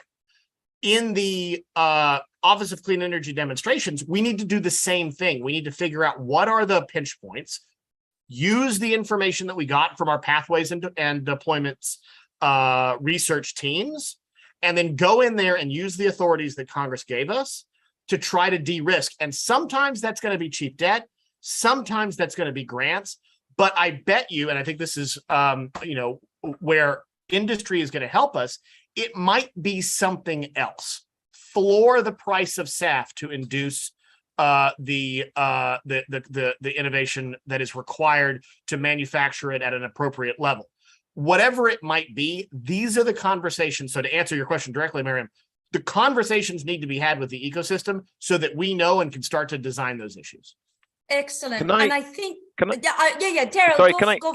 Yes, please. Sorry, I just want to offer sort of an investor perspective on this, because it really highlights, I think, this is not just a European thing. I'm sure it's replicated elsewhere.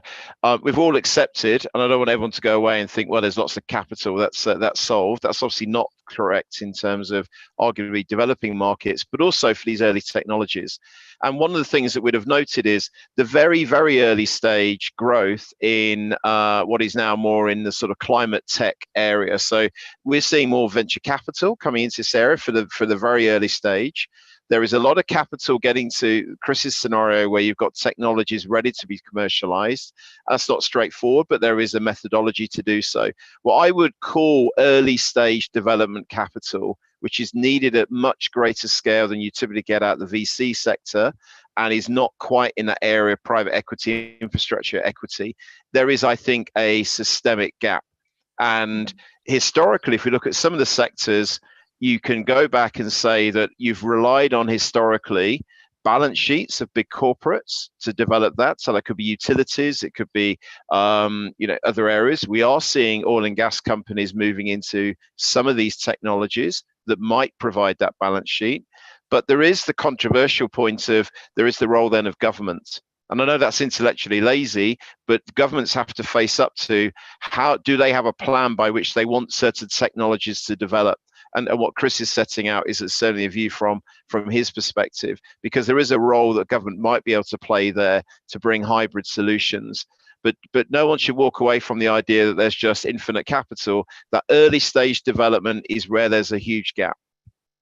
Excellent. I just want to make sure we connect these 2 points.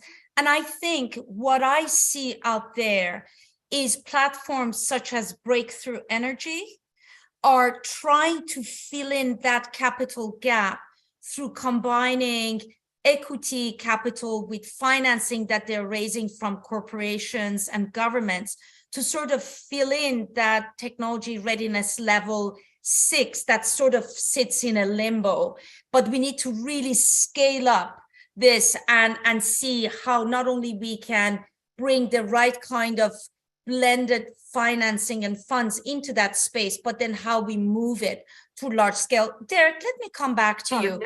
Miriam, Yes, Chris, please very- make your point, very and I want to quickly. go back to Derek. Yeah. Very quickly, one of the things that we want to talk about too, though, is how do we induce the maturation of a company's financial structure faster? So there will never be enough capital if we need $2 trillion of VC money. The way that this works is you have hundreds of billions of dollars of VC. Those get sold to private equity. Those get sold to public equity. And if we can move that maturation cycle faster, then we can recycle that VC money and that PE money, and we can actually access the large river capital of the public equity and public debt markets. And so as we're talking about this, I also want our insurers to think about, like, how do we accelerate that maturation cycle, because that'll allow us to do more with the same amount of capital. And I would say that's again fundamental point, because risk management can help expedite achieving that maturation cycle, because it can get things rolling. Derek, let me come back to you. Chris shared with us what is happening in the United States and US government by way of the different types of offices, program, DOE setting up to move technologies from one to the other stage to make sure that this will happen. What is happening in EU, and in what way EU and the European Commission are maybe helping to expedite such developments in the European context? Any information and update from your network and from the work that you're doing on that front? And how does EU comes into the picture? Well, there's multiple programs which are seeing the light at the moment. You have Fit for 55, you have the EU Innovation Fund. And again, there's more coming up. So I think we are quite confident seeing what is arising in the EU at the moment, that they are going to match what is being done in the US with the IRA. But what I will say is this, really briefly, on the public policy side. I think what we really need, and it is beyond EU and North America, because I have to say as well, when you talk about that very topic, emerging economy is extremely important too. And to a certain extent, they are a bit left behind. But I think what's important for us is really that public policy players improve the risk-return profile of these early-stage decarbonization technologies by offering a set of predictable incentives and targeted de-risking measures. We believe as well that they have a role to play in coalescing a multi-stakeholder transition finance ecosystem. So we've talked in our framework before about all these multiple parties that need to work together. Without a doubt, you need the government to come or to give the first dollar in terms of some of the risks that the other one might not want, but as well to incentivize people to work closer to one another. Then you have the requirements for clear governance, standards, and guidance, which step by step, industry by industry, we see progresses, but it's still slow compared to the speed at which we should go forward. And finally, and that's what I think we have to pay attention to in the US and the EU as well, avoid to design perverse incentives and outcomes, which are not the one that you had in mind in the beginning. So for example, when I was in Pittsburgh, I met a really important Malaysian company who was telling me, I'm the project developer worldwide. I'm here to buy a project here in the US and invest here because I want to take advantage of the IRA. That's absolutely fantastic. I think it's the goal of the IRA. But at the end of the day, they have to take care of themselves as well. Exactly. And this is something I think we have to pay attention in terms of the possible outcome of some of these programs which are being pushed forward, Maya. You've raised such an important point. Well, I have so many questions. I don't know how I'm going to fit them into the time that we have left. So first question, and I also want to mix in a question from Amanda Catron from our audience. So one of the things that I am observing in this space by way of having the opportunity of working with all of you is around the type of projects that project developers are developing in these early pre-commercialization stage. And to me, it seems, let's take a hydrogen project. These are integrated projects that may involve production in a developing country, then transportation through sea, and then storage in developed countries and distribution. In other words, deeply integrated pre-commercialization projects, which include risks that come from production, transportation, storage, distribution. Certainly these projects bring a lot more complexity to what maybe we are used to, and we need to bring forces from a lot of different skill sets, a lot of different mitigants to look at these projects and to sort of dissect the risk and come up with a risk management framework. Can I turn to all of you with your views? What type of projects are you seeing? Did I capture this right? Are you seeing these trends that projects that are coming in this pre-commercialization stage are in fact integrated? What do you see by way of complexity that the type of projects presents to insurers and others in terms of having to go much further with their risk management skills and capacity? What is your observation? Maybe I go with Chris, Derek, Jeff, if you can see any directions in the already commercialized projects. What are your observations? I'll be quick because I don't have a great answer for you, Miriam. Like, okay. I'm seeing a bunch of different risks. So some of it is risks associated with technology. Can you achieve the same or better technological result at commercial scale as you're doing in demonstration scale? I see supply chain risks. Can I get raw material X for my widgets that I need in order for me to make the widgets? I have offtake risks. Am I going to be able to sell my widgets to the widget buyers at the price such that I can buy it? So in a very healthy way, the projects that we're seeing all have a myriad of different risks, and I don't know that I have a lot of correlation comments other than they broadly fit into those kind of categories. And as we look to help de-risk, we're looking to, lean in on the fact that we believe that the markets will mature. And so as an example, this gets at Amanda's question, we definitely are taking the risk that the EV penetration in the United States is at least a minimum threshold in 5 years and in 10 years. And if it doesn't hit that way, then that's going to be problematic for some of our projects, and that's how we're doing. Absolutely, thank you, Derek. Any thoughts on that in terms of what you're observing by way of the projects that you see in pre-commercialization stage? From us, I started really briefly. We looked at rather large projects, difficult to finance without a doubt, the projects which are linked with a production unit. For example, if you look at shipping routes, involving multiple countries, multiple jurisdictions, multiple industries, it's extremely complex and no financiers are going to pick it up. So we try to make it simple for them, understandable and geographically focused. And the idea is that if you do it right, it's easily replicable, and then finance will run its course. Seeing that we are running out of time, so I'm going to pose a question and have all four of you give your 1 minute closing remarks. So a lot of what we discussed here, maybe it's more geared towards developed economies. And I think what we heard loud and clear is we need to think about a just transition. So if in few words, you can wrap up by saying, how are we going to get there? And what is your hope in terms of how insurance industry will step up from a risk management and investing to help finding solutions? So who wants to go first? Derek, I'll ask you to go first. Some closing remarks. Sure. What do you hope? On our side, from our perspective, what is needed?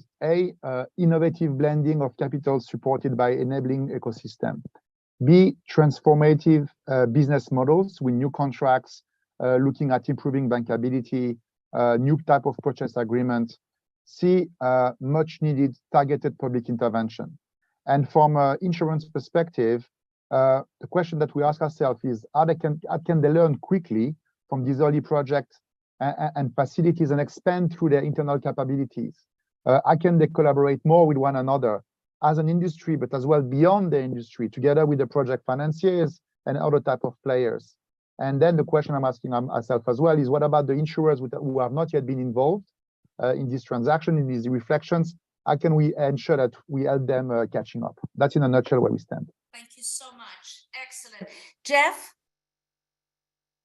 I'll see if I can do a stab on two things: the developing economies and developing technologies. So in Africa, this is where we see a lot of the inspiration for blended finance structures. And I want to highlight specifically ATI, the Africa Trade Insurance Agency, which has a European government supported first loss layer with an excess of loss from private insurers to provide a regional liquidity support fund for utilities purchasing renewables. This is exactly the type of model that we need to see in down market and even in developed economies. So there are models. I think we should look to Africa to see where to go. We need more of that in the rest of the world. Second, on the things I want to highlight, maybe sustainable aviation fuels. I'll take the credit slice through that supply chain, because as Chris said, there's manifold risks. That biorefinery needs to procure renewable energy. They're not big enough or established enough to be creditworthy to even buy that renewable energy.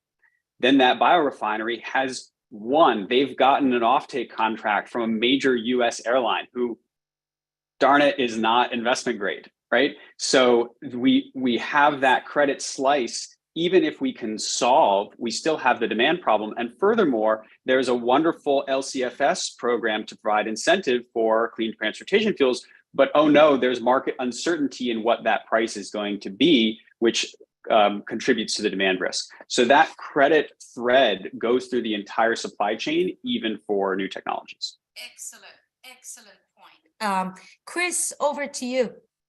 My one word answer to your question, Miriam, is cooperation. And whether that's internal, the insurance companies writing of risk should talk to the portfolio management team. And if we're going to decarbonize, everyone's got to be reading from the same songbook. Cooperation between companies with groups like yours, Miriam, cooperation between private industry and government officials, and cooperation amongst government officials. If there's one thing that we need a lot more of, it's dialogue, cooperation, and whiteboarding ideas, because that's the thing that maybe even more so than capital, the thing that we are short. Excellent. And Daryl, you have the money. What's going to take you to invest? The final words, two things. And actually, once again, I'm going to have to build off Chris, because I fully, wholeheartedly agree with everything that my other panelists have said. I think firstly, and I don't want to make this all about government, but I will say from an investor point of view, there needs to be some signposting. The UK government issued its net zero strategy. That's a great step. I'd like to see that replicated on a sort of, that has to be on a country by country basis. It needs a plan, though. There has to be a delivery plan. And investors, we need a guideline around what the targets are. How are we going to get there?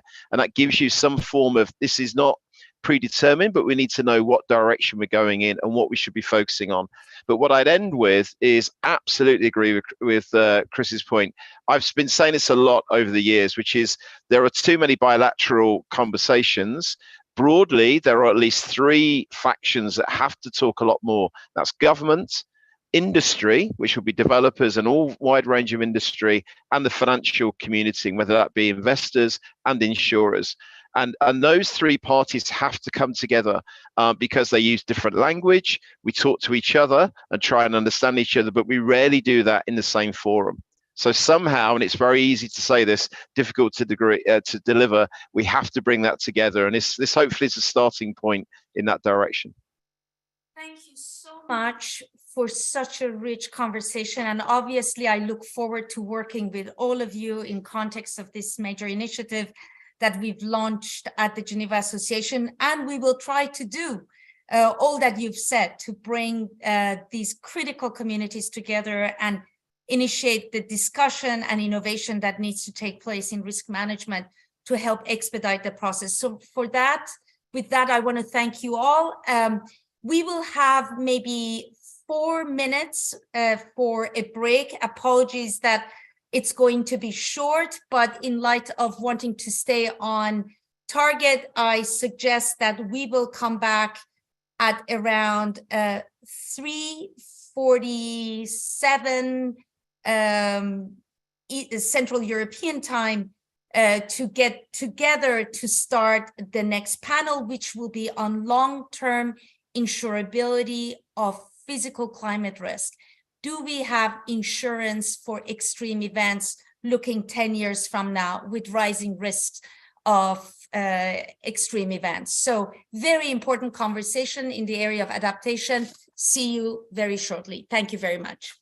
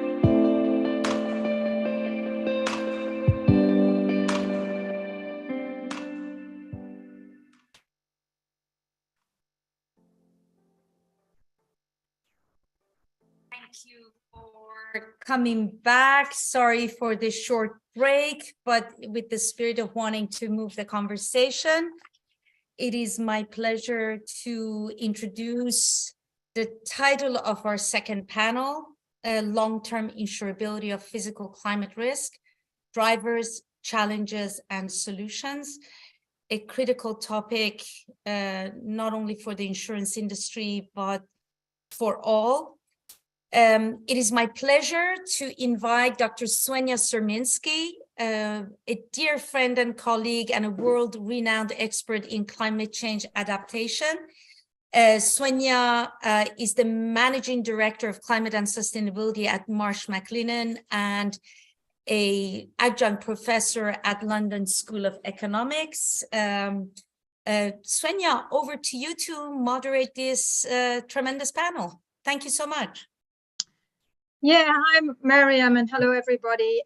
Many thanks for the introduction. It's a pleasure to be here and help facilitate such an important dialogue. And, you know, the Geneva Association has really been an important thought leader in this space. And I think particularly, Mariam, you've done great work, and you have certainly put, resilience and adaptation on the agenda. So I think this is important. I know we have insurability as the theme, but I guess we also need to explore, what are the underlying issues and what can we do to actually achieve long-term insurability. So I've been lucky enough to be involved in a series of very influential reports, actually, that the Geneva Association did, particularly around flood risk and flood risk management systems. And it's good to see that this is also having an impact, for example, in Canada and in Germany. So I think, this comes really in the spirit of, we're not here to admire the problem, but, to identify a way forward. And I hope that today's session can really sort of move us forward on that. I've been working on climate resilience, insurance and adaptation throughout my whole career, I would say, as researcher, as advisor, selling insurance, working with corporates and governments. And I've also been flooded myself, and I regularly clear the drains on our local streets. So it's really a topic that I think I embrace. And for me, the main challenge is really getting society, government and industry to become proactive rather than reactive, and to invest more in prevention and adaptation. And if we do that and look at the underlying causes, then, we have to look at the risk drivers. And if we do this smartly, it will mean that risks are better managed, losses reduced, and insurability becomes less of an issue. Well, the reality, unfortunately, looks different, as highlighted by various events.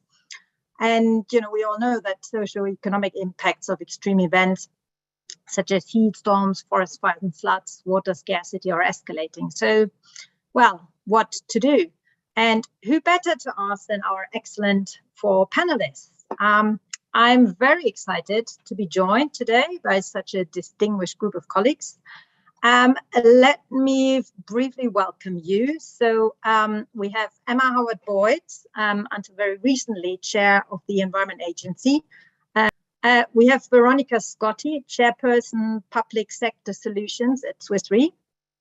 Then we have Steve Mennell joining from Canada, Senior Vice President and Chief Climate Officer at the Canadian Mortgage and Housing Corporation. And finally, Mark Way, Head of Sustainability Underwriting with Zurich, North America.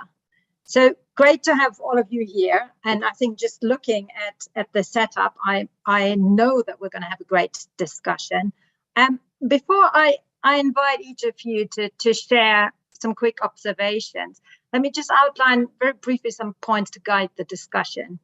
And I don't think that anybody listening to this really needs a reminder, because I think particularly this year has brought it home that climate extremes across all continents are, killing, disrupting and damaging communities and livelihoods and businesses. And yes, climate change is a factor, but these risks are also exacerbated by increasing concentration of people and assets in high-risk regions and aging infrastructure systems and vulnerabilities in supply chain.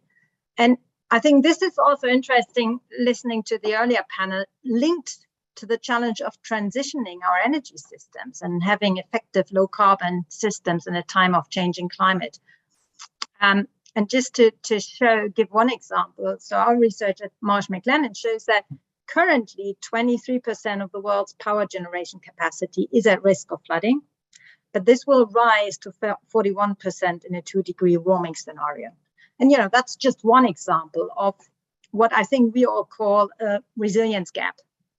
And significant investment is needed to adapt to the changing climate. And this will be a big focus at COP27 in Sharm el-Sheikh. And of course, there's also protection gap with insurability and affordability put into question in the face of these loss events. And, we observe a bifurcation in the reinsurance markets. Some see rising severity and frequency as a trend and leave the market, and access to reinsurance getting tougher, and others see this as volatility. So need for new solutions, new approaches, new partnerships to foster climate resilience. And I think for the insurance sector, how can the sector become a true resilience partner in this? And, Mariam's work with the GA has pointed out a range of things that can help: holistic approach, system-based thinking, forward-looking, multi-stakeholder engagement. And, there is so much to unpack. But I think, we have a great panel. They have all different expertise and perspectives to come in. And I really hope that at the end of this session, we can all also walk away with some clear tasks, some homework, if you like. And maybe with that, I'll finish, but just leave that as a challenge to the panelists. So think about your elevator pitch at the end. What's the most critical step to move forward? So I'll come back to you on that. So let's start with Emma. Your experience as chair of the Environment Agency has put you basically at the forefront of adaptation resilient efforts. And, you've also obviously been very involved in this internationally. What is needed to close the adaptation gap, and what needs to happen at government level? Well, thank you for that great question, and thank you for inviting me to join you today. Really fantastic that the Geneva Association is putting adaptation and resilience at the forefront of their agenda, of your agenda, and really pleased to see that you're going to be working, doing more research around adaptation and resilience. Again, fantastic also to hear Amanda Blanc's call to action at the start of this event, and really calling for those radical collaborations where we need to see governments working alongside industry and communities to get ahead of the climate change that we know is coming our way. And the scale of events that we are seeing around the world, and I've certainly seen that change during my time as chair of the Environment Agency. I finished in September a couple of months ago, and during the 6 years that I was chairing the organisation, where the Environment Agency has responsibility for flood and coastal erosion risk management, certainly saw the scale and frequency of events feel like it was happening increasingly. And some analysis that we did ahead of producing the adaptation report that we published before COP26 last year, when we looked at the flooding events that took place in Europe and wanted to understand what would have happened had the same sorts of weather systems hit England.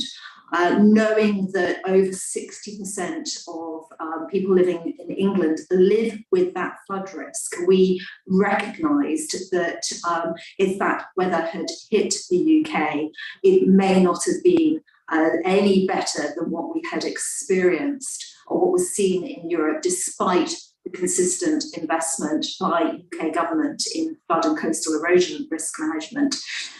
This is an area of increasing national security, and we have seen reports highlight that. And I think also one leading insurer reckons that global economic losses for natural disasters in 2022 already total over $200 billion. And they warn that the swathe of impacts are in line with the global trend and support conclusions from the last IPCC report that the assessment that Jim talked about earlier. So I'm increasingly of the view that climate adaptation needs to be anchored in ministries of finance. We've seen that in countries at the forefront of the climate agenda. Seen this evolution in Fiji, where Fiji's Minister of Finance now has responsibility for climate change after Cyclone Winston hit in 2016 and wiped out over a third of GDP over a period of something like 36 hours. We know that we need to get ahead of the physical risks of climate change that are already locked into the system. And that is going to take place no matter how hard we push to reduce our emissions and head towards net zero. We also see in the way that we are seeing climate shocks manifest themselves, that we're seeing cascading risks, whether it's flip-flopping from too much water to too little water, the pounding that infrastructure is taking from too much rain and dry weather as well. And this means that wherever you are in the world, we need to see the interlocking impacts of climate change understood through the way our infrastructure and our utilities and supply chains link together so systemically. I think initiatives like the Coalition for Climate Resilient Investment have really shown the value of that, new forms of collaboration. But we need to see more governments, more local governments, more insurers, more people working in finances, businesses in the real economy join together to provide the resilience and adaptation that we know is needed. Thank you.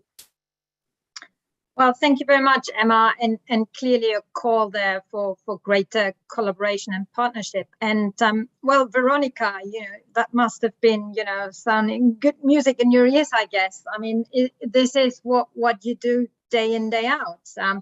Your role puts you at the intersection of public and private sector. So can you give us some examples of, climate resilient success stories where public, private sector work together? I hope you can. Sure. There are some positive examples, Venia, but I think I want to build a little bit on what Emma said, which is the systemic thinking approach, which I think is part of the obstacles. So maybe a couple of quick points. I think we have at the same time some frictions and in the system that get us, a little bit in the way of us accelerating on the adaptation front, but we really have some serious structural gap, which is why it is not enough to pat ourselves on the shoulders and say, hey, here we have 2 or 3 good examples, and let's just go and replicate them.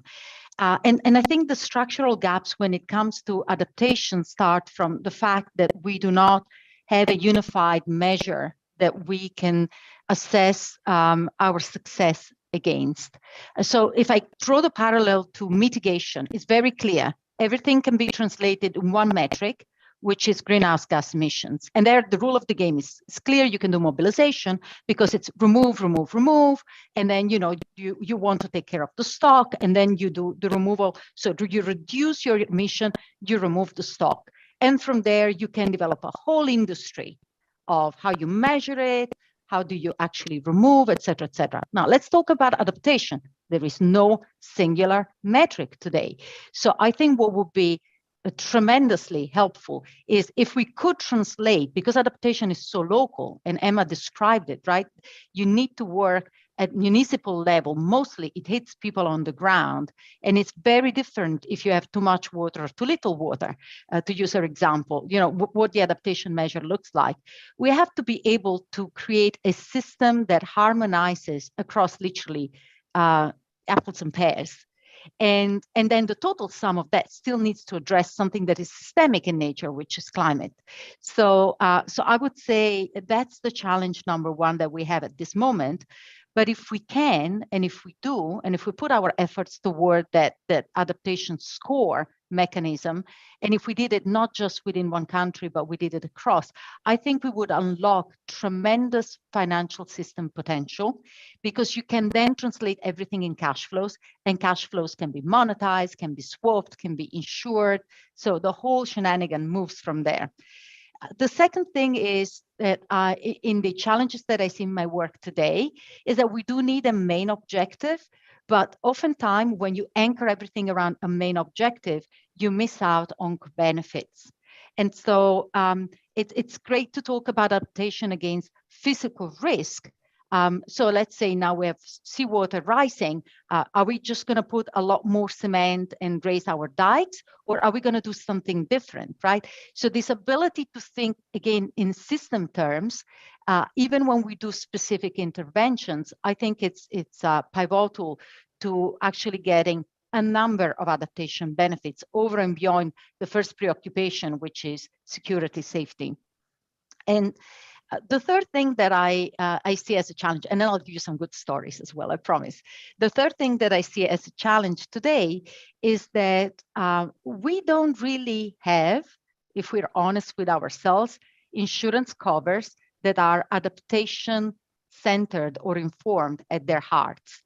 Because adaptation, if I go to my first challenge around, how do you measure it, has one core feature oftentimes, I'm not saying it's always the case, but it's often the case, which is measured, I call them the adaptation dividends are the equivalent of loss avoided. And the loss avoided is, something that as insurer we appreciate, but you need an upfront investment to obtain those loss avoided. And that's not the way insurance contracts are designed today. So there are some opportunities. I think we have at our disposal the most obvious thing that we can do as an industry immediately today, more of, is go after those protection gaps that are widening. And of course, we can put more capacity and capital at work in that direction. You hinted there is a clear market dislocation. So public-private partnerships are absolutely fundamental, whether it comes in the form of a risk pool or another mechanism, to actually ensure that the benefit of inclusion and affordability and a clear redistribution of this cost of climate risk increasing happens within society. So there is the market signaling value there that is very important. And as an industry, we should never lose that unique value that we have of putting a price on the climate risk. The second thing is ability to actually innovate our covers. And I do believe that if we can engineer our covers to actually include more adaptation benefits or adaptation-minded opportunities will be great. Things that I believe we need to revisit is how we account for these covers. Many of them, we're looking at single year covers versus multi-year horizon that need to be aligned. That's not easy. Accounting, regulatory, capital requirements, and so on and so forth. But it's not impossible. I think there will be intermediate steps that we can take. And then we need to find ways of unlocking blended finance. A lot of what I do today comes with a negative premium. So if you introduce blended finance mechanism, you can actually create more positive cash flows, and you can therefore create more mobilization and a commercial market for insurance behind it. Maybe I'll give you one example just to stay on the positive side that I like a lot, because I think it addresses some of the structural issues around, how do we measure success? How do we create the system alignment? And it's the island of Texel in the Netherlands. I use this oftentimes because I think it is both big in its ambition, needed to be adapted for climate change. It's a dike, needed to be adapted, and was built in a time where the scenarios looked extremely different. And so the government had to get protected. But what I appreciate they did, and I think with great sensibility, is that they didn't just adapt to the next level of scenarios, but they also took the feedback that we gave through the process of, why don't you change the standards to the environmental standards of the area, so you can look at what is going to be the impact on nature and underwater and above water on the one end, and what can you do to create an environmental impact that is positive rather than negative, and potentially even a broader societal benefit. And so what they did, they included as part of the procurement the introduction of grasses and sand, and that was included in the insurance cover that we provided. So if you just think traditionally, you would go back to a traditional engineering cover, but by extending just marginally our thinking, we've created today something that brings safety, brings economic activity positively. I think the island is visited by 1 million people, mostly in the summer, I suspect. And it has measurable, a few years later, very measurable positive impact on the natural environment, with more migratory birds, with better resilience underwater and above water. So I really do think that we need to do more of this as an industry, but the big structural issues that I hinted to before will remain with us, and for those to be addressed, we have to work across the aisle, as has been said already earlier. Well, thank you so much, Veronica, for that. And I liked your phrase, if we just adjust our thinking marginally, we can have big results. I wonder what happens if we then adjust our thinking even bolder and not just marginally, but be bold there. Lots of things that I want to come back to in the discussion later on, but Steve, where does climate resilience and adaptation feature in your work at the Canadian Mortgage and Housing Corporation? And, you know, we've been talking a lot about, you know, the challenges, particularly also in sort of this question of pricing in physical risk and also incentivizing behavior change. I mean, how does this play out in your work? Can you share some insights there, please? Yes, absolutely. And thank you very much for having me as part of this discussion. Really, really insightful material here. I should probably start by explaining a little bit about the North American and particularly the Canadian context, because it is a little bit different than what than the European one. In many ways, we are behind those of you in Europe on mitigating and understanding physical risk associated with climate change, and we're certainly behind on flood risk. Just by way of example, we've only had overland flood insurance available to homeowners for 6 or 7 years in Canada. It's a very new product and a new concept for us. And only roughly 15% of our households have that coverage. So a very different factual situation than what you're accustomed to in most countries in Europe. But I would make kind of 3 points in response to your question. The first one is that the way our system operates is we have kind of 2 parallel systems that address housing risks in our country. The first one is the insurance risks and the physical risks that largely falls under the umbrella of property and casualty insurance. And then, of course, we have a housing finance system, a mortgage lending system that runs very, very separately from the physical risk system. On the housing finance side, we have a very sophisticated system of government supports, of risk absorption, of pricing, where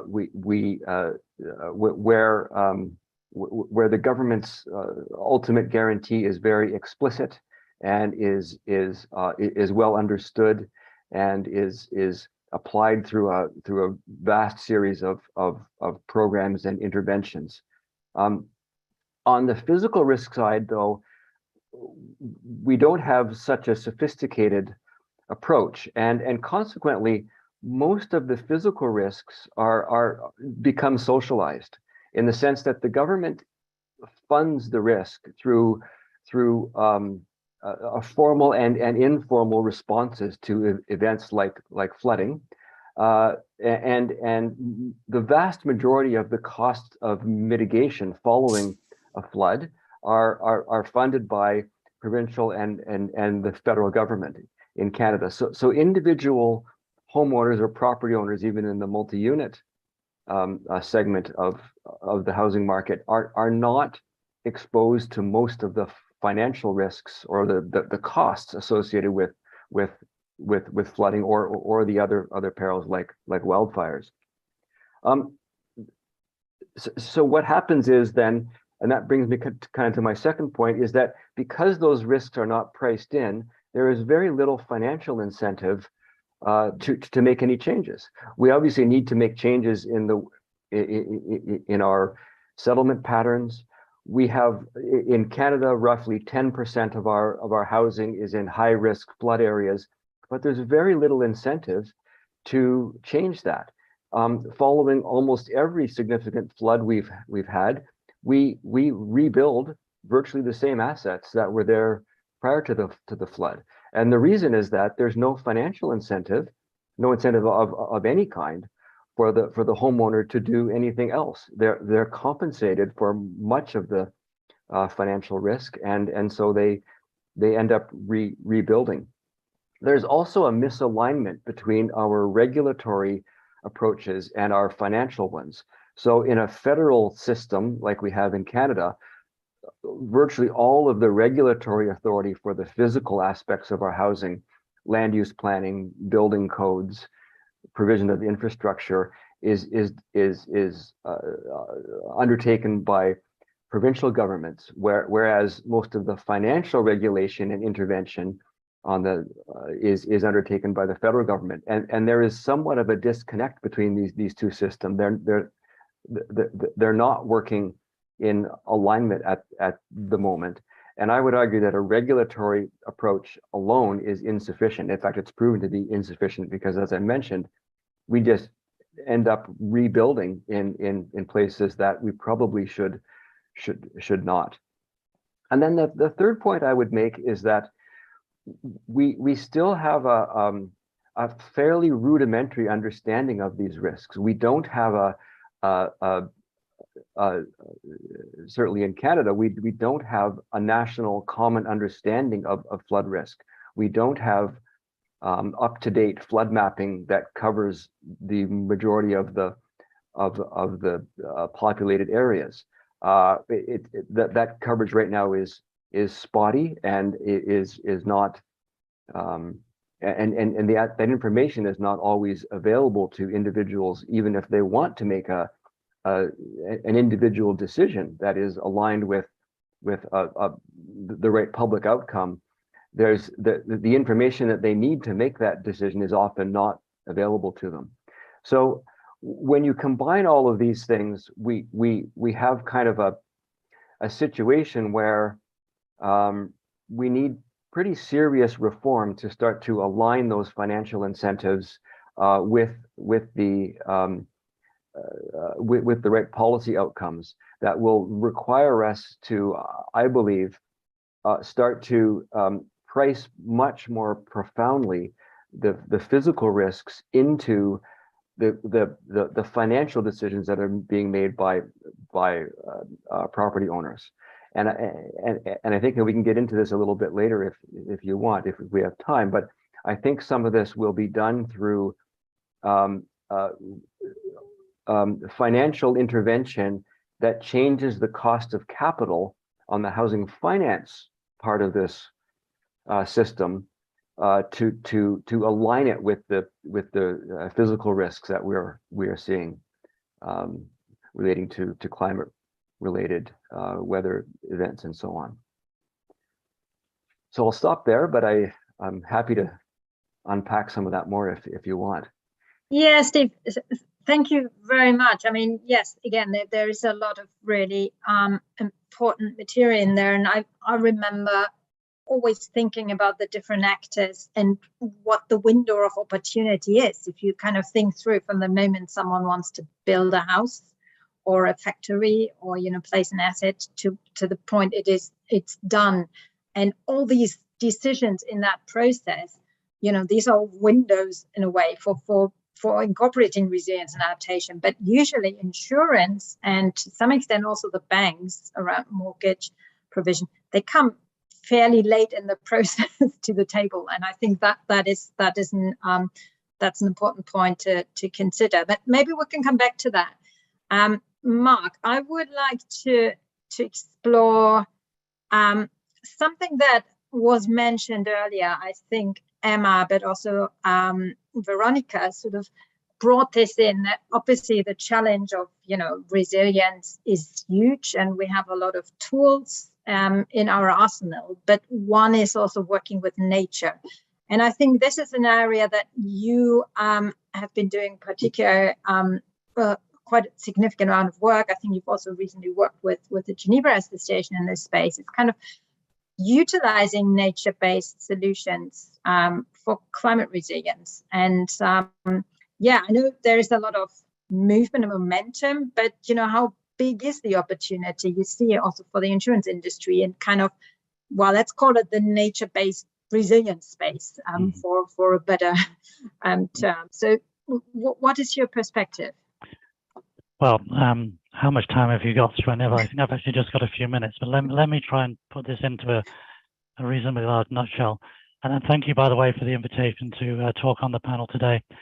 I think it's fair to say that when we talk about building resilience to climate change or severe weather impacts, we all get quite good at reeling off a whole list of things that we could be doing, should be doing, or should be doing more of. But until relatively recently, nature has been conspicuously absent. I mean, this is not something that has really featured a lot in that discussion until maybe the last few years. And so if we're talking about nature, what are we talking about here? Well, we're talking about ecosystems in a very broad sense. It can be freshwater, saltwater, everything from mangroves to salt marshes, freshwater marshes, all the way up to floodplains, forests, etc. And I think one of the reasons why we as an industry are beginning to sort of talk about this topic more is not just the fact that we need kind of all of the above if we're going to significantly build resilience to the projected climate change, but it's also because there's been a lot of work done around actually trying to quantify what that protection value is. And I think putting a dollars and cents number on this is something not something that the environmental conservation players particularly like, but it is extremely necessary if you're talking to decision makers who don't talk in terms of nature or parts per million of carbon for that matter.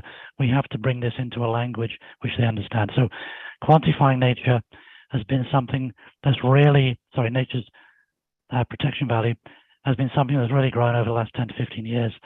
And it's very pleasing to see that in some of those academic and scientific research papers and reports that the insurance industry has been represented. So just one example, or maybe a couple of examples, we've seen RMS, modeling company at the forefront of that of risk modeling.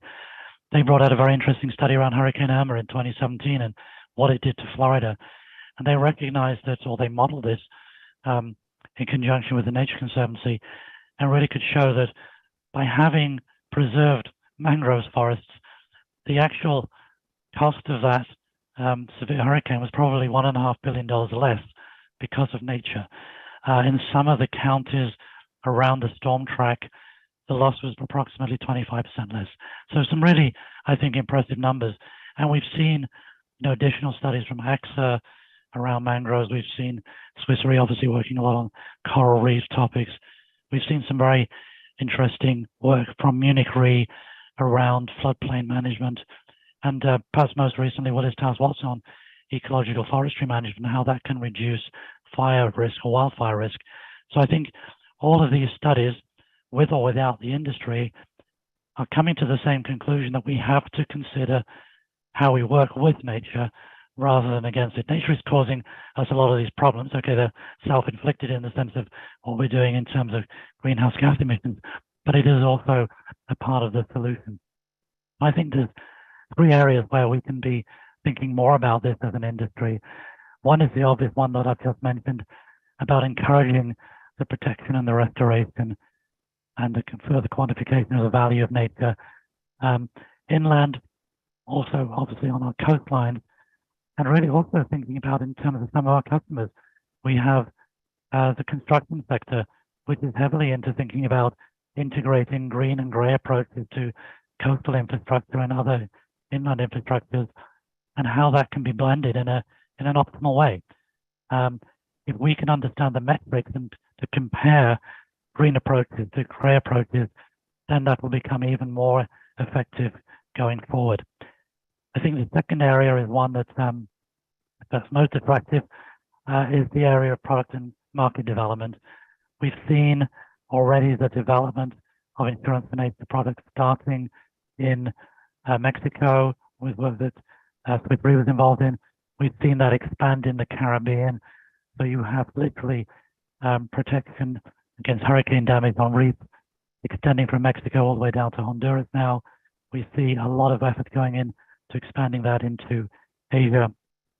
And I think a lot of the innovation, the product innovation there is around parametrics, which has I think a big part to play in this whole resilience discussion. And the third area moving forward is investment opportunities. There's a huge push here taking place around the topic of conservation finance, around the topic of biodiversity. Biodiversity is also a topic that's coming onto the radar screen of the insurance industry. And really what we're talking about here is just it's all about the same topic. We just look at it from different angles. So funding that is going into biodiversity will enhance resilience as well, obviously enhance biodiversity resilience, but also enhance the resilience capacity to build more resilience to climate change. Companies are already beginning to do this. There is something out there called blue carbon. Blue carbon is carbon sequestration. I know we're not talking about mitigation now. We've done that earlier on, but just bear with me a second. Blue carbon is carbon sequestration from coastal ecosystems like salt marshes and mangrove systems. That is beginning to come onto, or very soon will be on the market as an opportunity for corporations and other entities to offset their emissions. If you offset your emissions by restoring mangrove forests or salt marshes, you are instantly improving resilience, and that's something which we really need to, I think, encourage more of. Let me stop there, otherwise I will not stop. So I will finish here. Thank you very much. Well, thank you so much, Mark. And yeah, it is certainly an area I think that would actually deserve a separate panel session to explore it. But I think it is really good to see that this is also now becoming more mainstream, and it is starting to get recognized. And I think, Veronica, you mentioned the co-benefit elements. I mean, you know, this is like a really good example of how we can capture co-benefits. Before we have another round of discussion, I should have encouraged our audience to actually put in questions into the chat function. I think they're not in the chat, sorry, there's a question and answer facility, and we will try and pick up those questions. So please feel free to, you know, if you have burning questions, share them with us. In the meantime, maybe just a quick round. I mean, there's a lot of issues to unpack, but you know, given that we're also focusing on insurability and, you know, the future, and there was a lot of reference to partnership, innovative insurance solutions. So let me just ask you this, you know, how does, for you, insurance look in, you know, 10, 20 years from now in this space? I know that's a bit of an, you know, open question. And I think a lot of the things that you said are probably linked to that. But I don't know, Veronica, do you have any sort of thoughts on that? You know, I have a wish, and then I think we'll have to see what reality delivers. Because I think what I just want to pick maybe some of the threats from before. Both climate mitigation and adaptation are, first of all, they're neither mutually exclusive. In fact, as Mark just pointed out, they can be just empowering each other, so to speak, right? Maximizing each other. So, but they both recognize that what we have is a combination of public and private goods. They, you know, up until very recently, we've been thinking of a lot of these dimensions that we've been exploring as predominantly a public good. And I think what I really see shifting, and then I'll answer your question, what I really see shifting tremendously in the short term that will have staying power in the medium and long term, is that there is a business recognition that adaptation and mitigation is business critical. Okay, so for me, this is a very important shift. Now we see it very clearly in the mitigation efforts. And, you know, I'll quote one is the WEF Coordinated CEO Climate Leader Alliance. They've kind of come together across sectors, and it's very clear they put together what are their ambitions, what is their current footprint. They're going to they summed up their own net zero targets, et cetera, et cetera. And so, and then they've been tracking it, and they're tracking ahead of any government, and any government, singular government, even the largest one. Adaptation strategies have not delivered mitigation strategy, that none of them year-on-year check has delivered as much as this group of 130 companies together. So I think this is a very powerful and important dynamic. And within that group, I know that the conversations, while clearly focused on mitigation, are starting to move into adaptation as well. So I think that's important, because I can imagine a state of the world, and maybe I'm addressing in part the question in the box, where business does not wait for government to do things. Business can start doing things, and I see through my interactions that this is really forming quite nicely. But then what we need to see is this framework of reference, and Steve just depicted it so beautifully, right? With the spaghetti bowl that is regulations in a single country federated like Canada. If you then take it on an international scale, is where most insurance company anyway operate, it becomes just such a complex reference system for us to be able to decide, are we within compliance and governance? Is what we're doing with the best of our intentions? Let's say Mark's hinted to restoration covers for natural assets. Are those actually moving the needle or not? How do we know? How do you know that we've created a positive impact? How do we report on this positive impact? Are we introducing a liability risk for our organization, but just even talking about it? I mean, let's be very serious. People are upset. And if you are running a business today and you want to talk about this stuff, most guidance from compliance is don't. Just don't go there, right? And could I come in with please, Emma, come in. Can I come in with some reflections around regulation? Because I think it's not only important to get it right so that it's working cross-border and globally, but also that we're getting those responsible for environmental and nature-related regulation working in lockstep with those responsible for economic regulation and financial regulation. We're too often doing this work in different swim lanes, but as Mark put across so importantly, the issue of nature-based solutions, often the regulations for those sit elsewhere. So we've got to make sure that, again, whilst we're designing the standards that we so need to make sure that we're investing and ensuring in the right way, that we're doing it in a joined up fashion.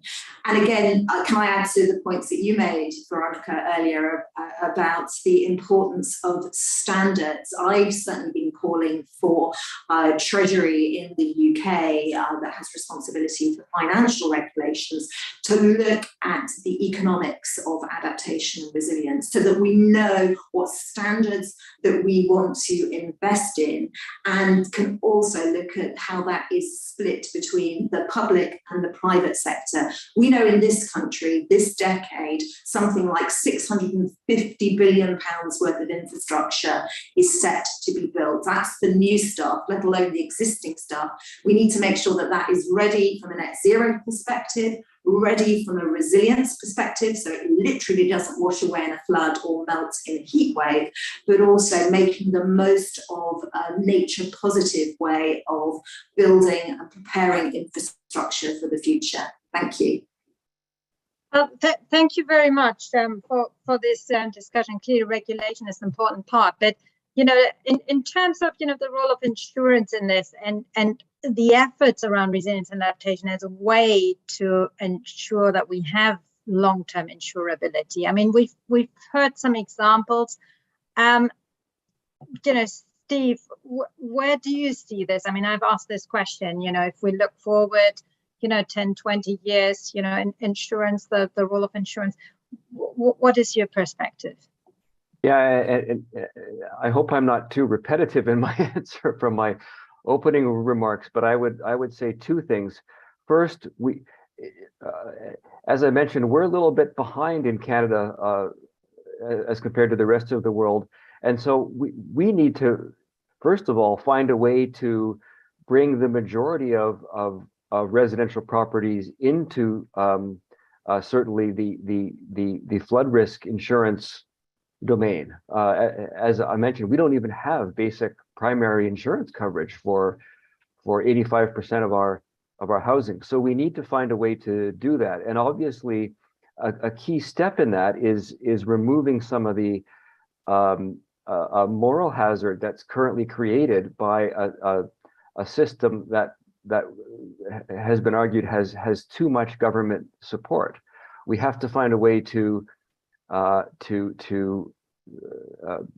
place more of the risk or create more of the incidence of the risk on the individual property owner in a way that then sends a proper price signal to the market, but is done in such a way that does not have too severe long-term consequences on the homeowner or the housing market. And this is extraordinarily tricky. There's no obvious and easy way to do this, but I think it needs to be done. And the second thing is that, again, at the risk of being repetitive, we have to align the capital markets incentives with the physical risk and insurance incentives, because currently they are not aligned. We need to make it more expensive to get capital when you're taking a mortgage in a high risk zone or a high risk area. And I'm thinking about flooding in particular here, but the same would apply to other physical perils.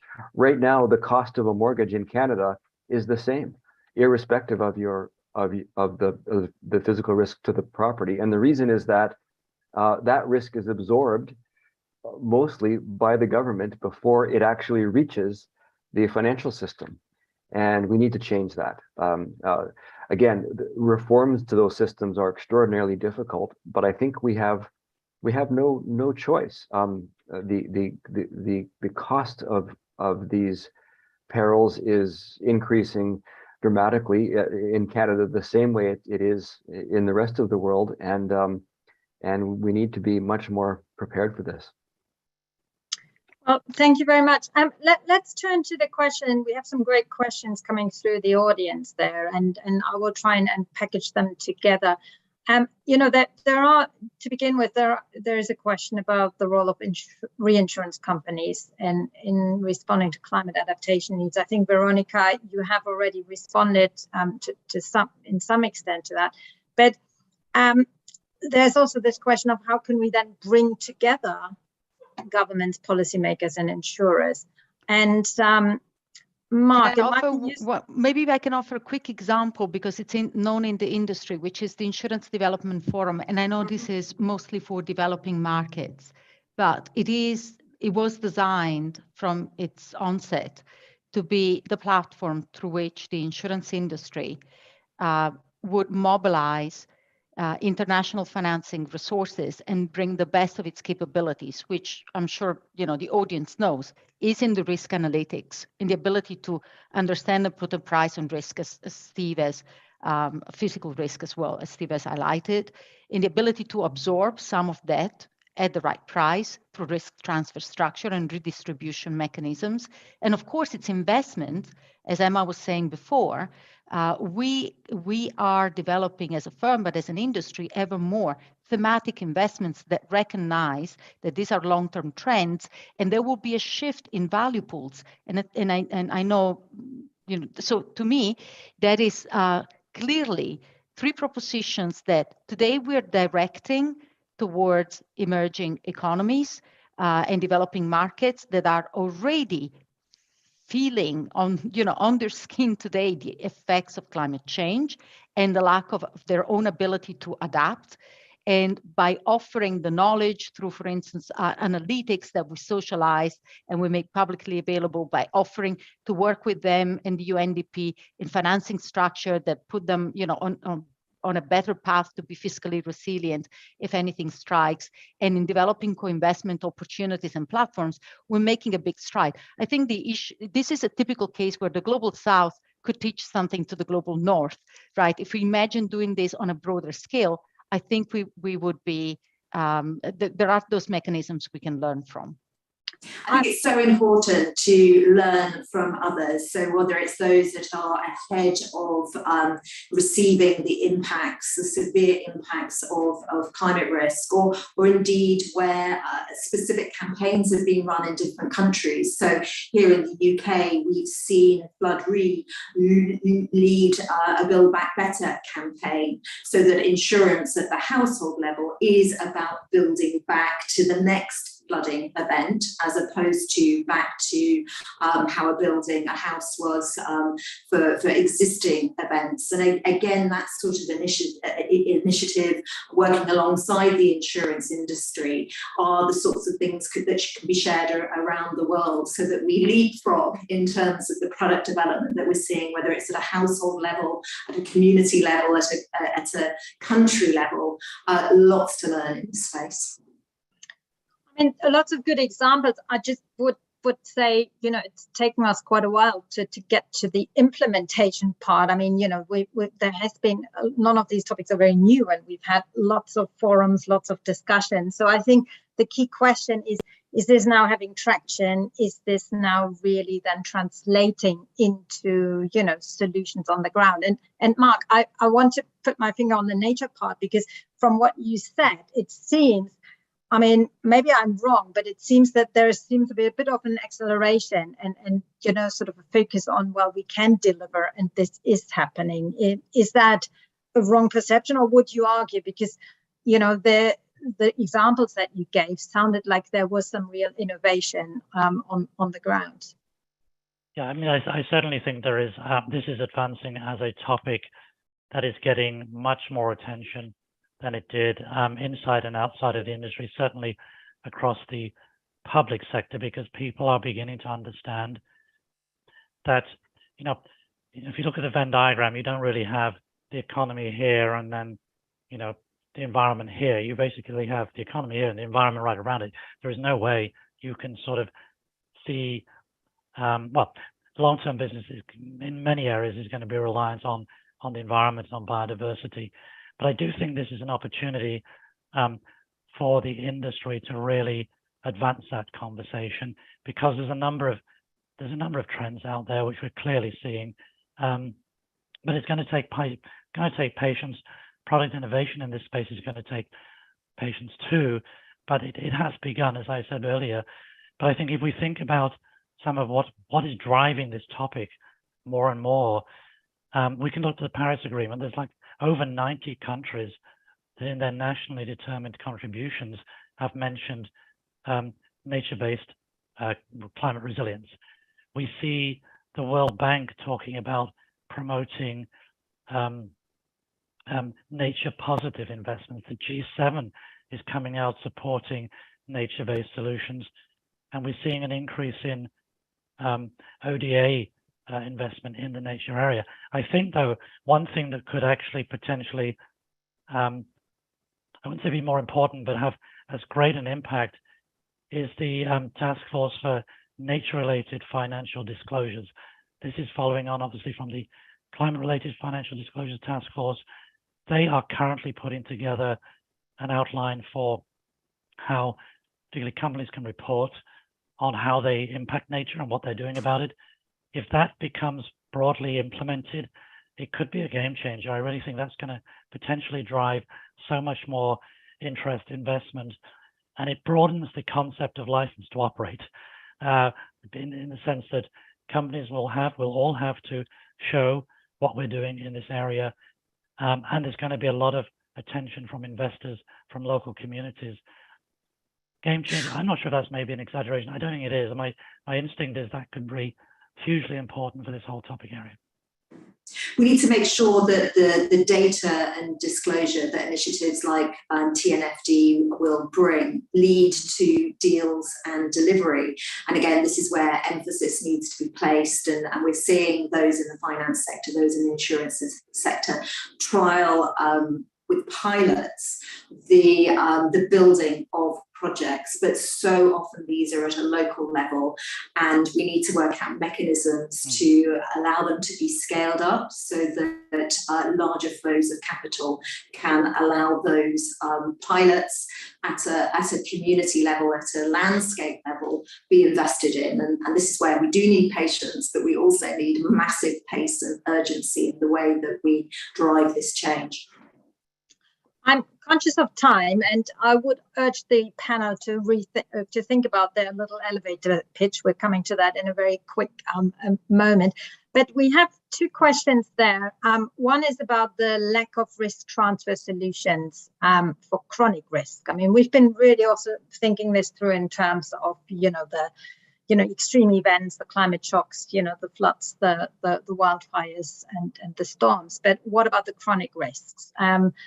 And then also, when we're talking about this in the longer term, is there a risk that governments can turn insurance companies into the social arm of government as the cost of risk changes over time? I mean, we're talking about partnership solutions that are sort of designed between public-private, but, what form is that going to take?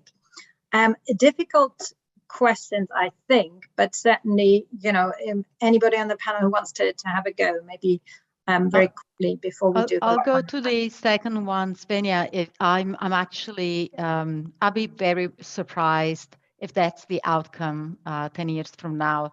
If anything, I'm expecting two different potential outcomes. One I like a lot better than the second. The first one is one where through the convolution, which is happening right now, the convergence of the first set on a large national scale of national adaptation strategies coming to market and the NDCs, that we finally have an affirmative statement from governments and public sector stakeholders that yes, they have to have a strategy. They have to have a strategy. And now we all know that strategies are not enough and we need roadmaps. And so as we develop those roadmaps, I think the industry can be an amazing partner to bring the risk knowledge. As I said that before, but I really want to reiterate it. I say today I'm on various government panels and advisory roles, etc. And this is like so clear to me that we need to be able to translate what we've been doing within the industry very knowledgeably for a few years into the next evolution. There's going to be a big wave, and the next wave requires us to think in scenarios, to translate those physical risks, as Emma said, also in economic cascading effects, because that's what it's really at stake, and to think about as part of the solutions in an integrated way, as Mark suggested, what are all the co-benefits. So the second level of intervention that we can make and we're starting to making is in the benefits is to think in SDG terms. There are efforts at industry level. I know the ICMF, for instance, has brought it forward very successfully and will be iterated around. I don't have the time to go into the details, but they developed an SDG calculator, which is an interesting proposition to really measure their impact. At the same time, we have BESS, biodiversity and ecosystem services that Mark is into throughout all these interventions that are now being integrated in our geospatial analysis. And as that gets enriched with the data that Emma was referring to, we can apply project by project across projects, and then you aggregate across. We can have a huge influence together on the ability to transform and adapt at scale. The final thing that I want to share is that with it, especially from my angle, because I work a lot with multilateral development organizations, they're very, very keen, and I'm sure that if between COP27 and 28, this will become apparent, they're very keen to come up with new blended finance models. So this is another opportunity where the industry can participate both as an investor and as a risk taker, because we'll not simply see the risks coming to us and us lowering the bar and becoming the socialist and element of society.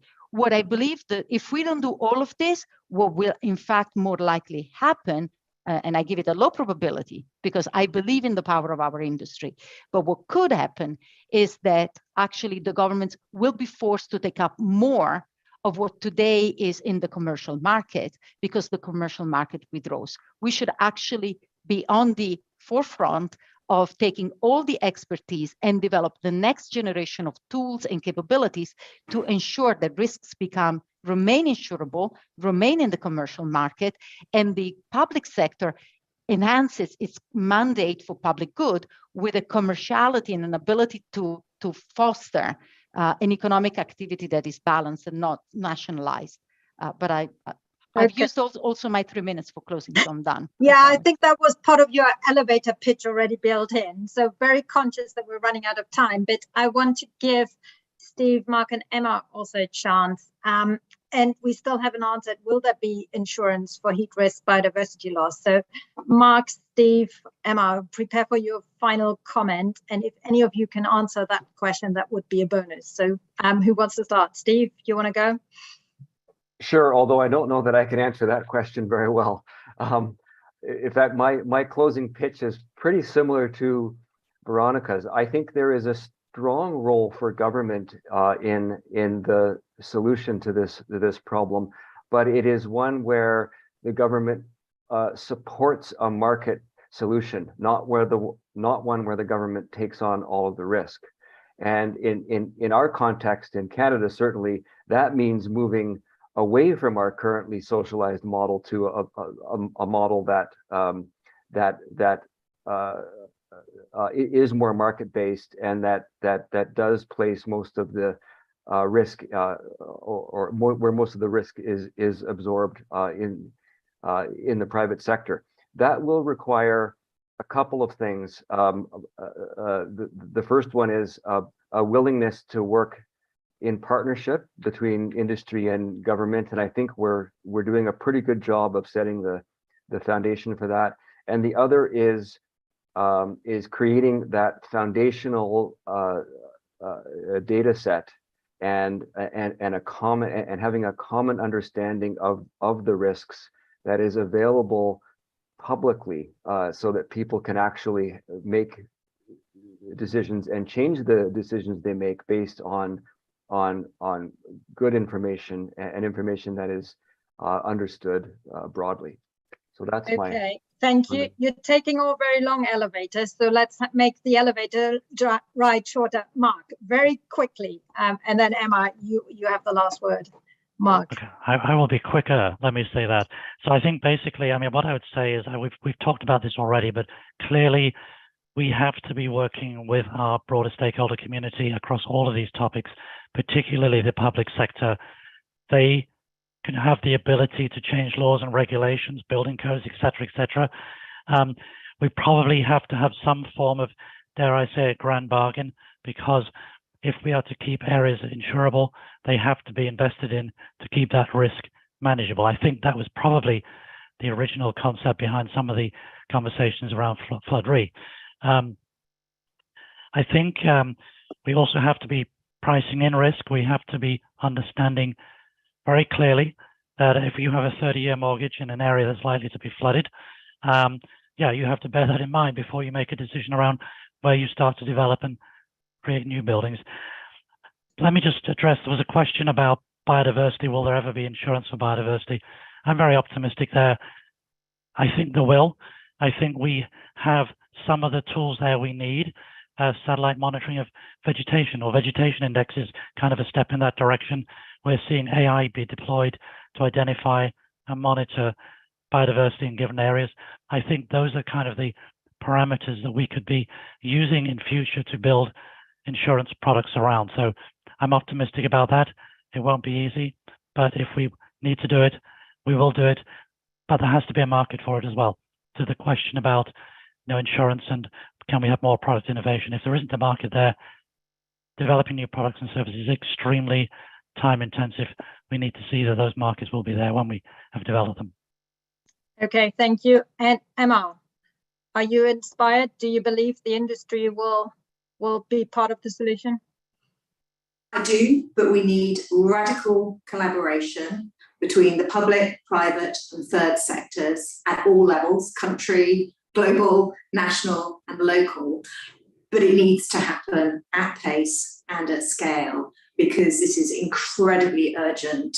We've talked about nature. Nature is very angry. I have heard nature roaring as rivers have been full of water after rainfall events. We need to get moving at pace so that we get ahead of the climate that we know is changing. Thank you. Okay, well, very important reminder. And with that, many thanks to the panel. I want to pass now back to Mariam and thank the Geneva Association again for hosting this. And just, Veronica, can you answer that one last question about the island in the Netherlands? I can't remember the name. Just type it in there. Texel. Thank you so much. Thank you.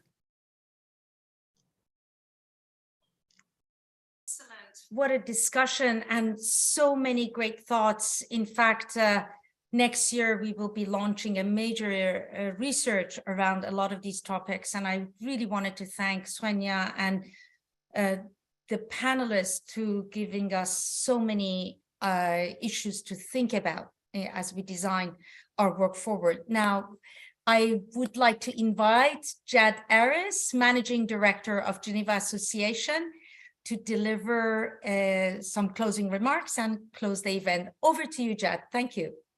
Thank you very much, Svenja. Thank you also to all our panelists, Emma, Veronica, Mark, and Steve, for this fascinating discussion. At this stage, I would like to do two things. Share with you my key takeaways of this afternoon's conference, and also put this in perspective with the Geneva Association research that we are currently doing. I am taking out of these sessions three very clear messages. The first one is that insurers are deeply, heavily committed to addressing climate change, and they do so by leveraging their core competencies, underwriting and investing. It has become a cliche to say that we are in the midst of an unprecedented transition. It is true that never has humanity faced such an existential threat. To achieve net zero, many industries, if not all, are completely overhauling what they do and how they do it. And we've had a number of examples of this afternoon. We talked about the steel industry, the energy sector, transportation, etc. Innovation, new technologies are necessary for this. And again, we've talked about hydrogen, carbon capture, electric vehicles, sustainable aviation fuel. Innovation technologies are necessary, and this requires capital. Insurers, who are massive institutional investors, are well positioned to provide this. At the same time, these new technologies introduce new risks which need to be covered, and for that they need to be assessed and priced. As it has done so for many decades, insurance is an enabler of new technologies by covering risks associated with them. The insurance perspectives that we heard today, this afternoon, only reinforce what I hear directly from the Geneva Association's CEO members. Climate change is keeping them awake at night, and they're doubling down on solutions. Two manifestations of this are the net zero alliances to which the industry is either leading or strongly contributing to: the Net Zero Insurance Alliance and the Net Zero Asset Owner Alliance. It was reminded that the Geneva Association recently became a supporting institution of the Net Zero Asset Owner Alliance. Second takeaway: as the world transitions towards net zero, there will be more frequent and more severe natural disasters, what we call physical climate risks.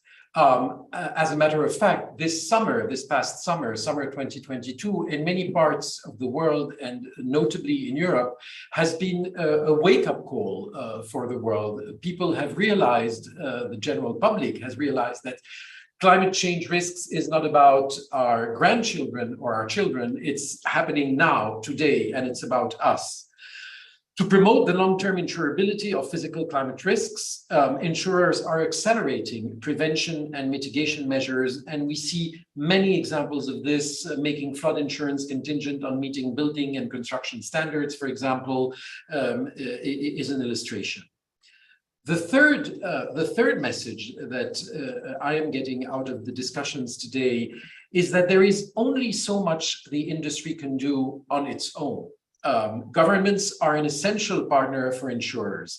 They are an essential partner in risk prevention and reduction with their ability to use public policies and nudges to incentivize responsible behaviors.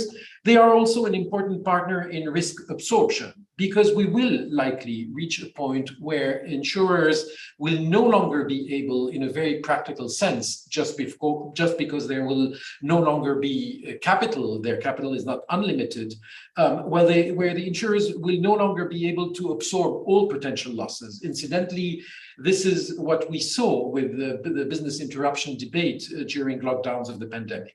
So the public sector has a major role to play in backstopping risks in certain areas, not only climate, we see this already happening in other areas. I'm thinking of nuclear risks, I'm thinking of terrorism. More broadly, the transition to net zero needs not only a favorable, but also a consistent public policy and regulatory environment. And the examples that Steve Mennel has shared based on the Canadian experience speak for themselves. Consistency in terms of different levels of government, consistency between regulations in different areas, financial regulation, environmental regulation, and also consistency at a global level, as Veronica Scotti mentioned it. So if we want to keep premiums affordable for customers so that protection gaps do not increase and keep it viable for insurers to underwrite climate risks, these are two key takeaways: preventions and partnership with the public sector. At this point, I would like to thank Aviva for co-organizing this event with us and Amanda Blanc for her insightful remarks. I also thank all of today's great engaging speakers and panelists. And all of you who have listened and watched this conference virtually for your interest in these extremely important topics. At the Geneva Association, we look forward to keeping up the momentum on these topics. And as a matter of fact, I would like to share with you that we have 3 pieces of research which will be coming out in 22 and 23. In November 22, a major piece of research on nature risks and the insurance industry. Several of our panelists in the last panel session have highlighted the importance of biodiversity erosion and its relevance to the industry. Well, this paper will address topics such as biodiversity erosion, deforestation, and the links with climate change. And next year, as Marianne pointed to earlier, we will have 2 major research pieces, one precisely on the way the industry can support the emergence of new technologies, new climate technologies, and in the second half of 2023, a report on a piece of work on precisely the long-term insurability of climate risk. Thank you very much for your attention. It is precisely 5 p.m. CET. I wish you all well, goodbye, and thank you again.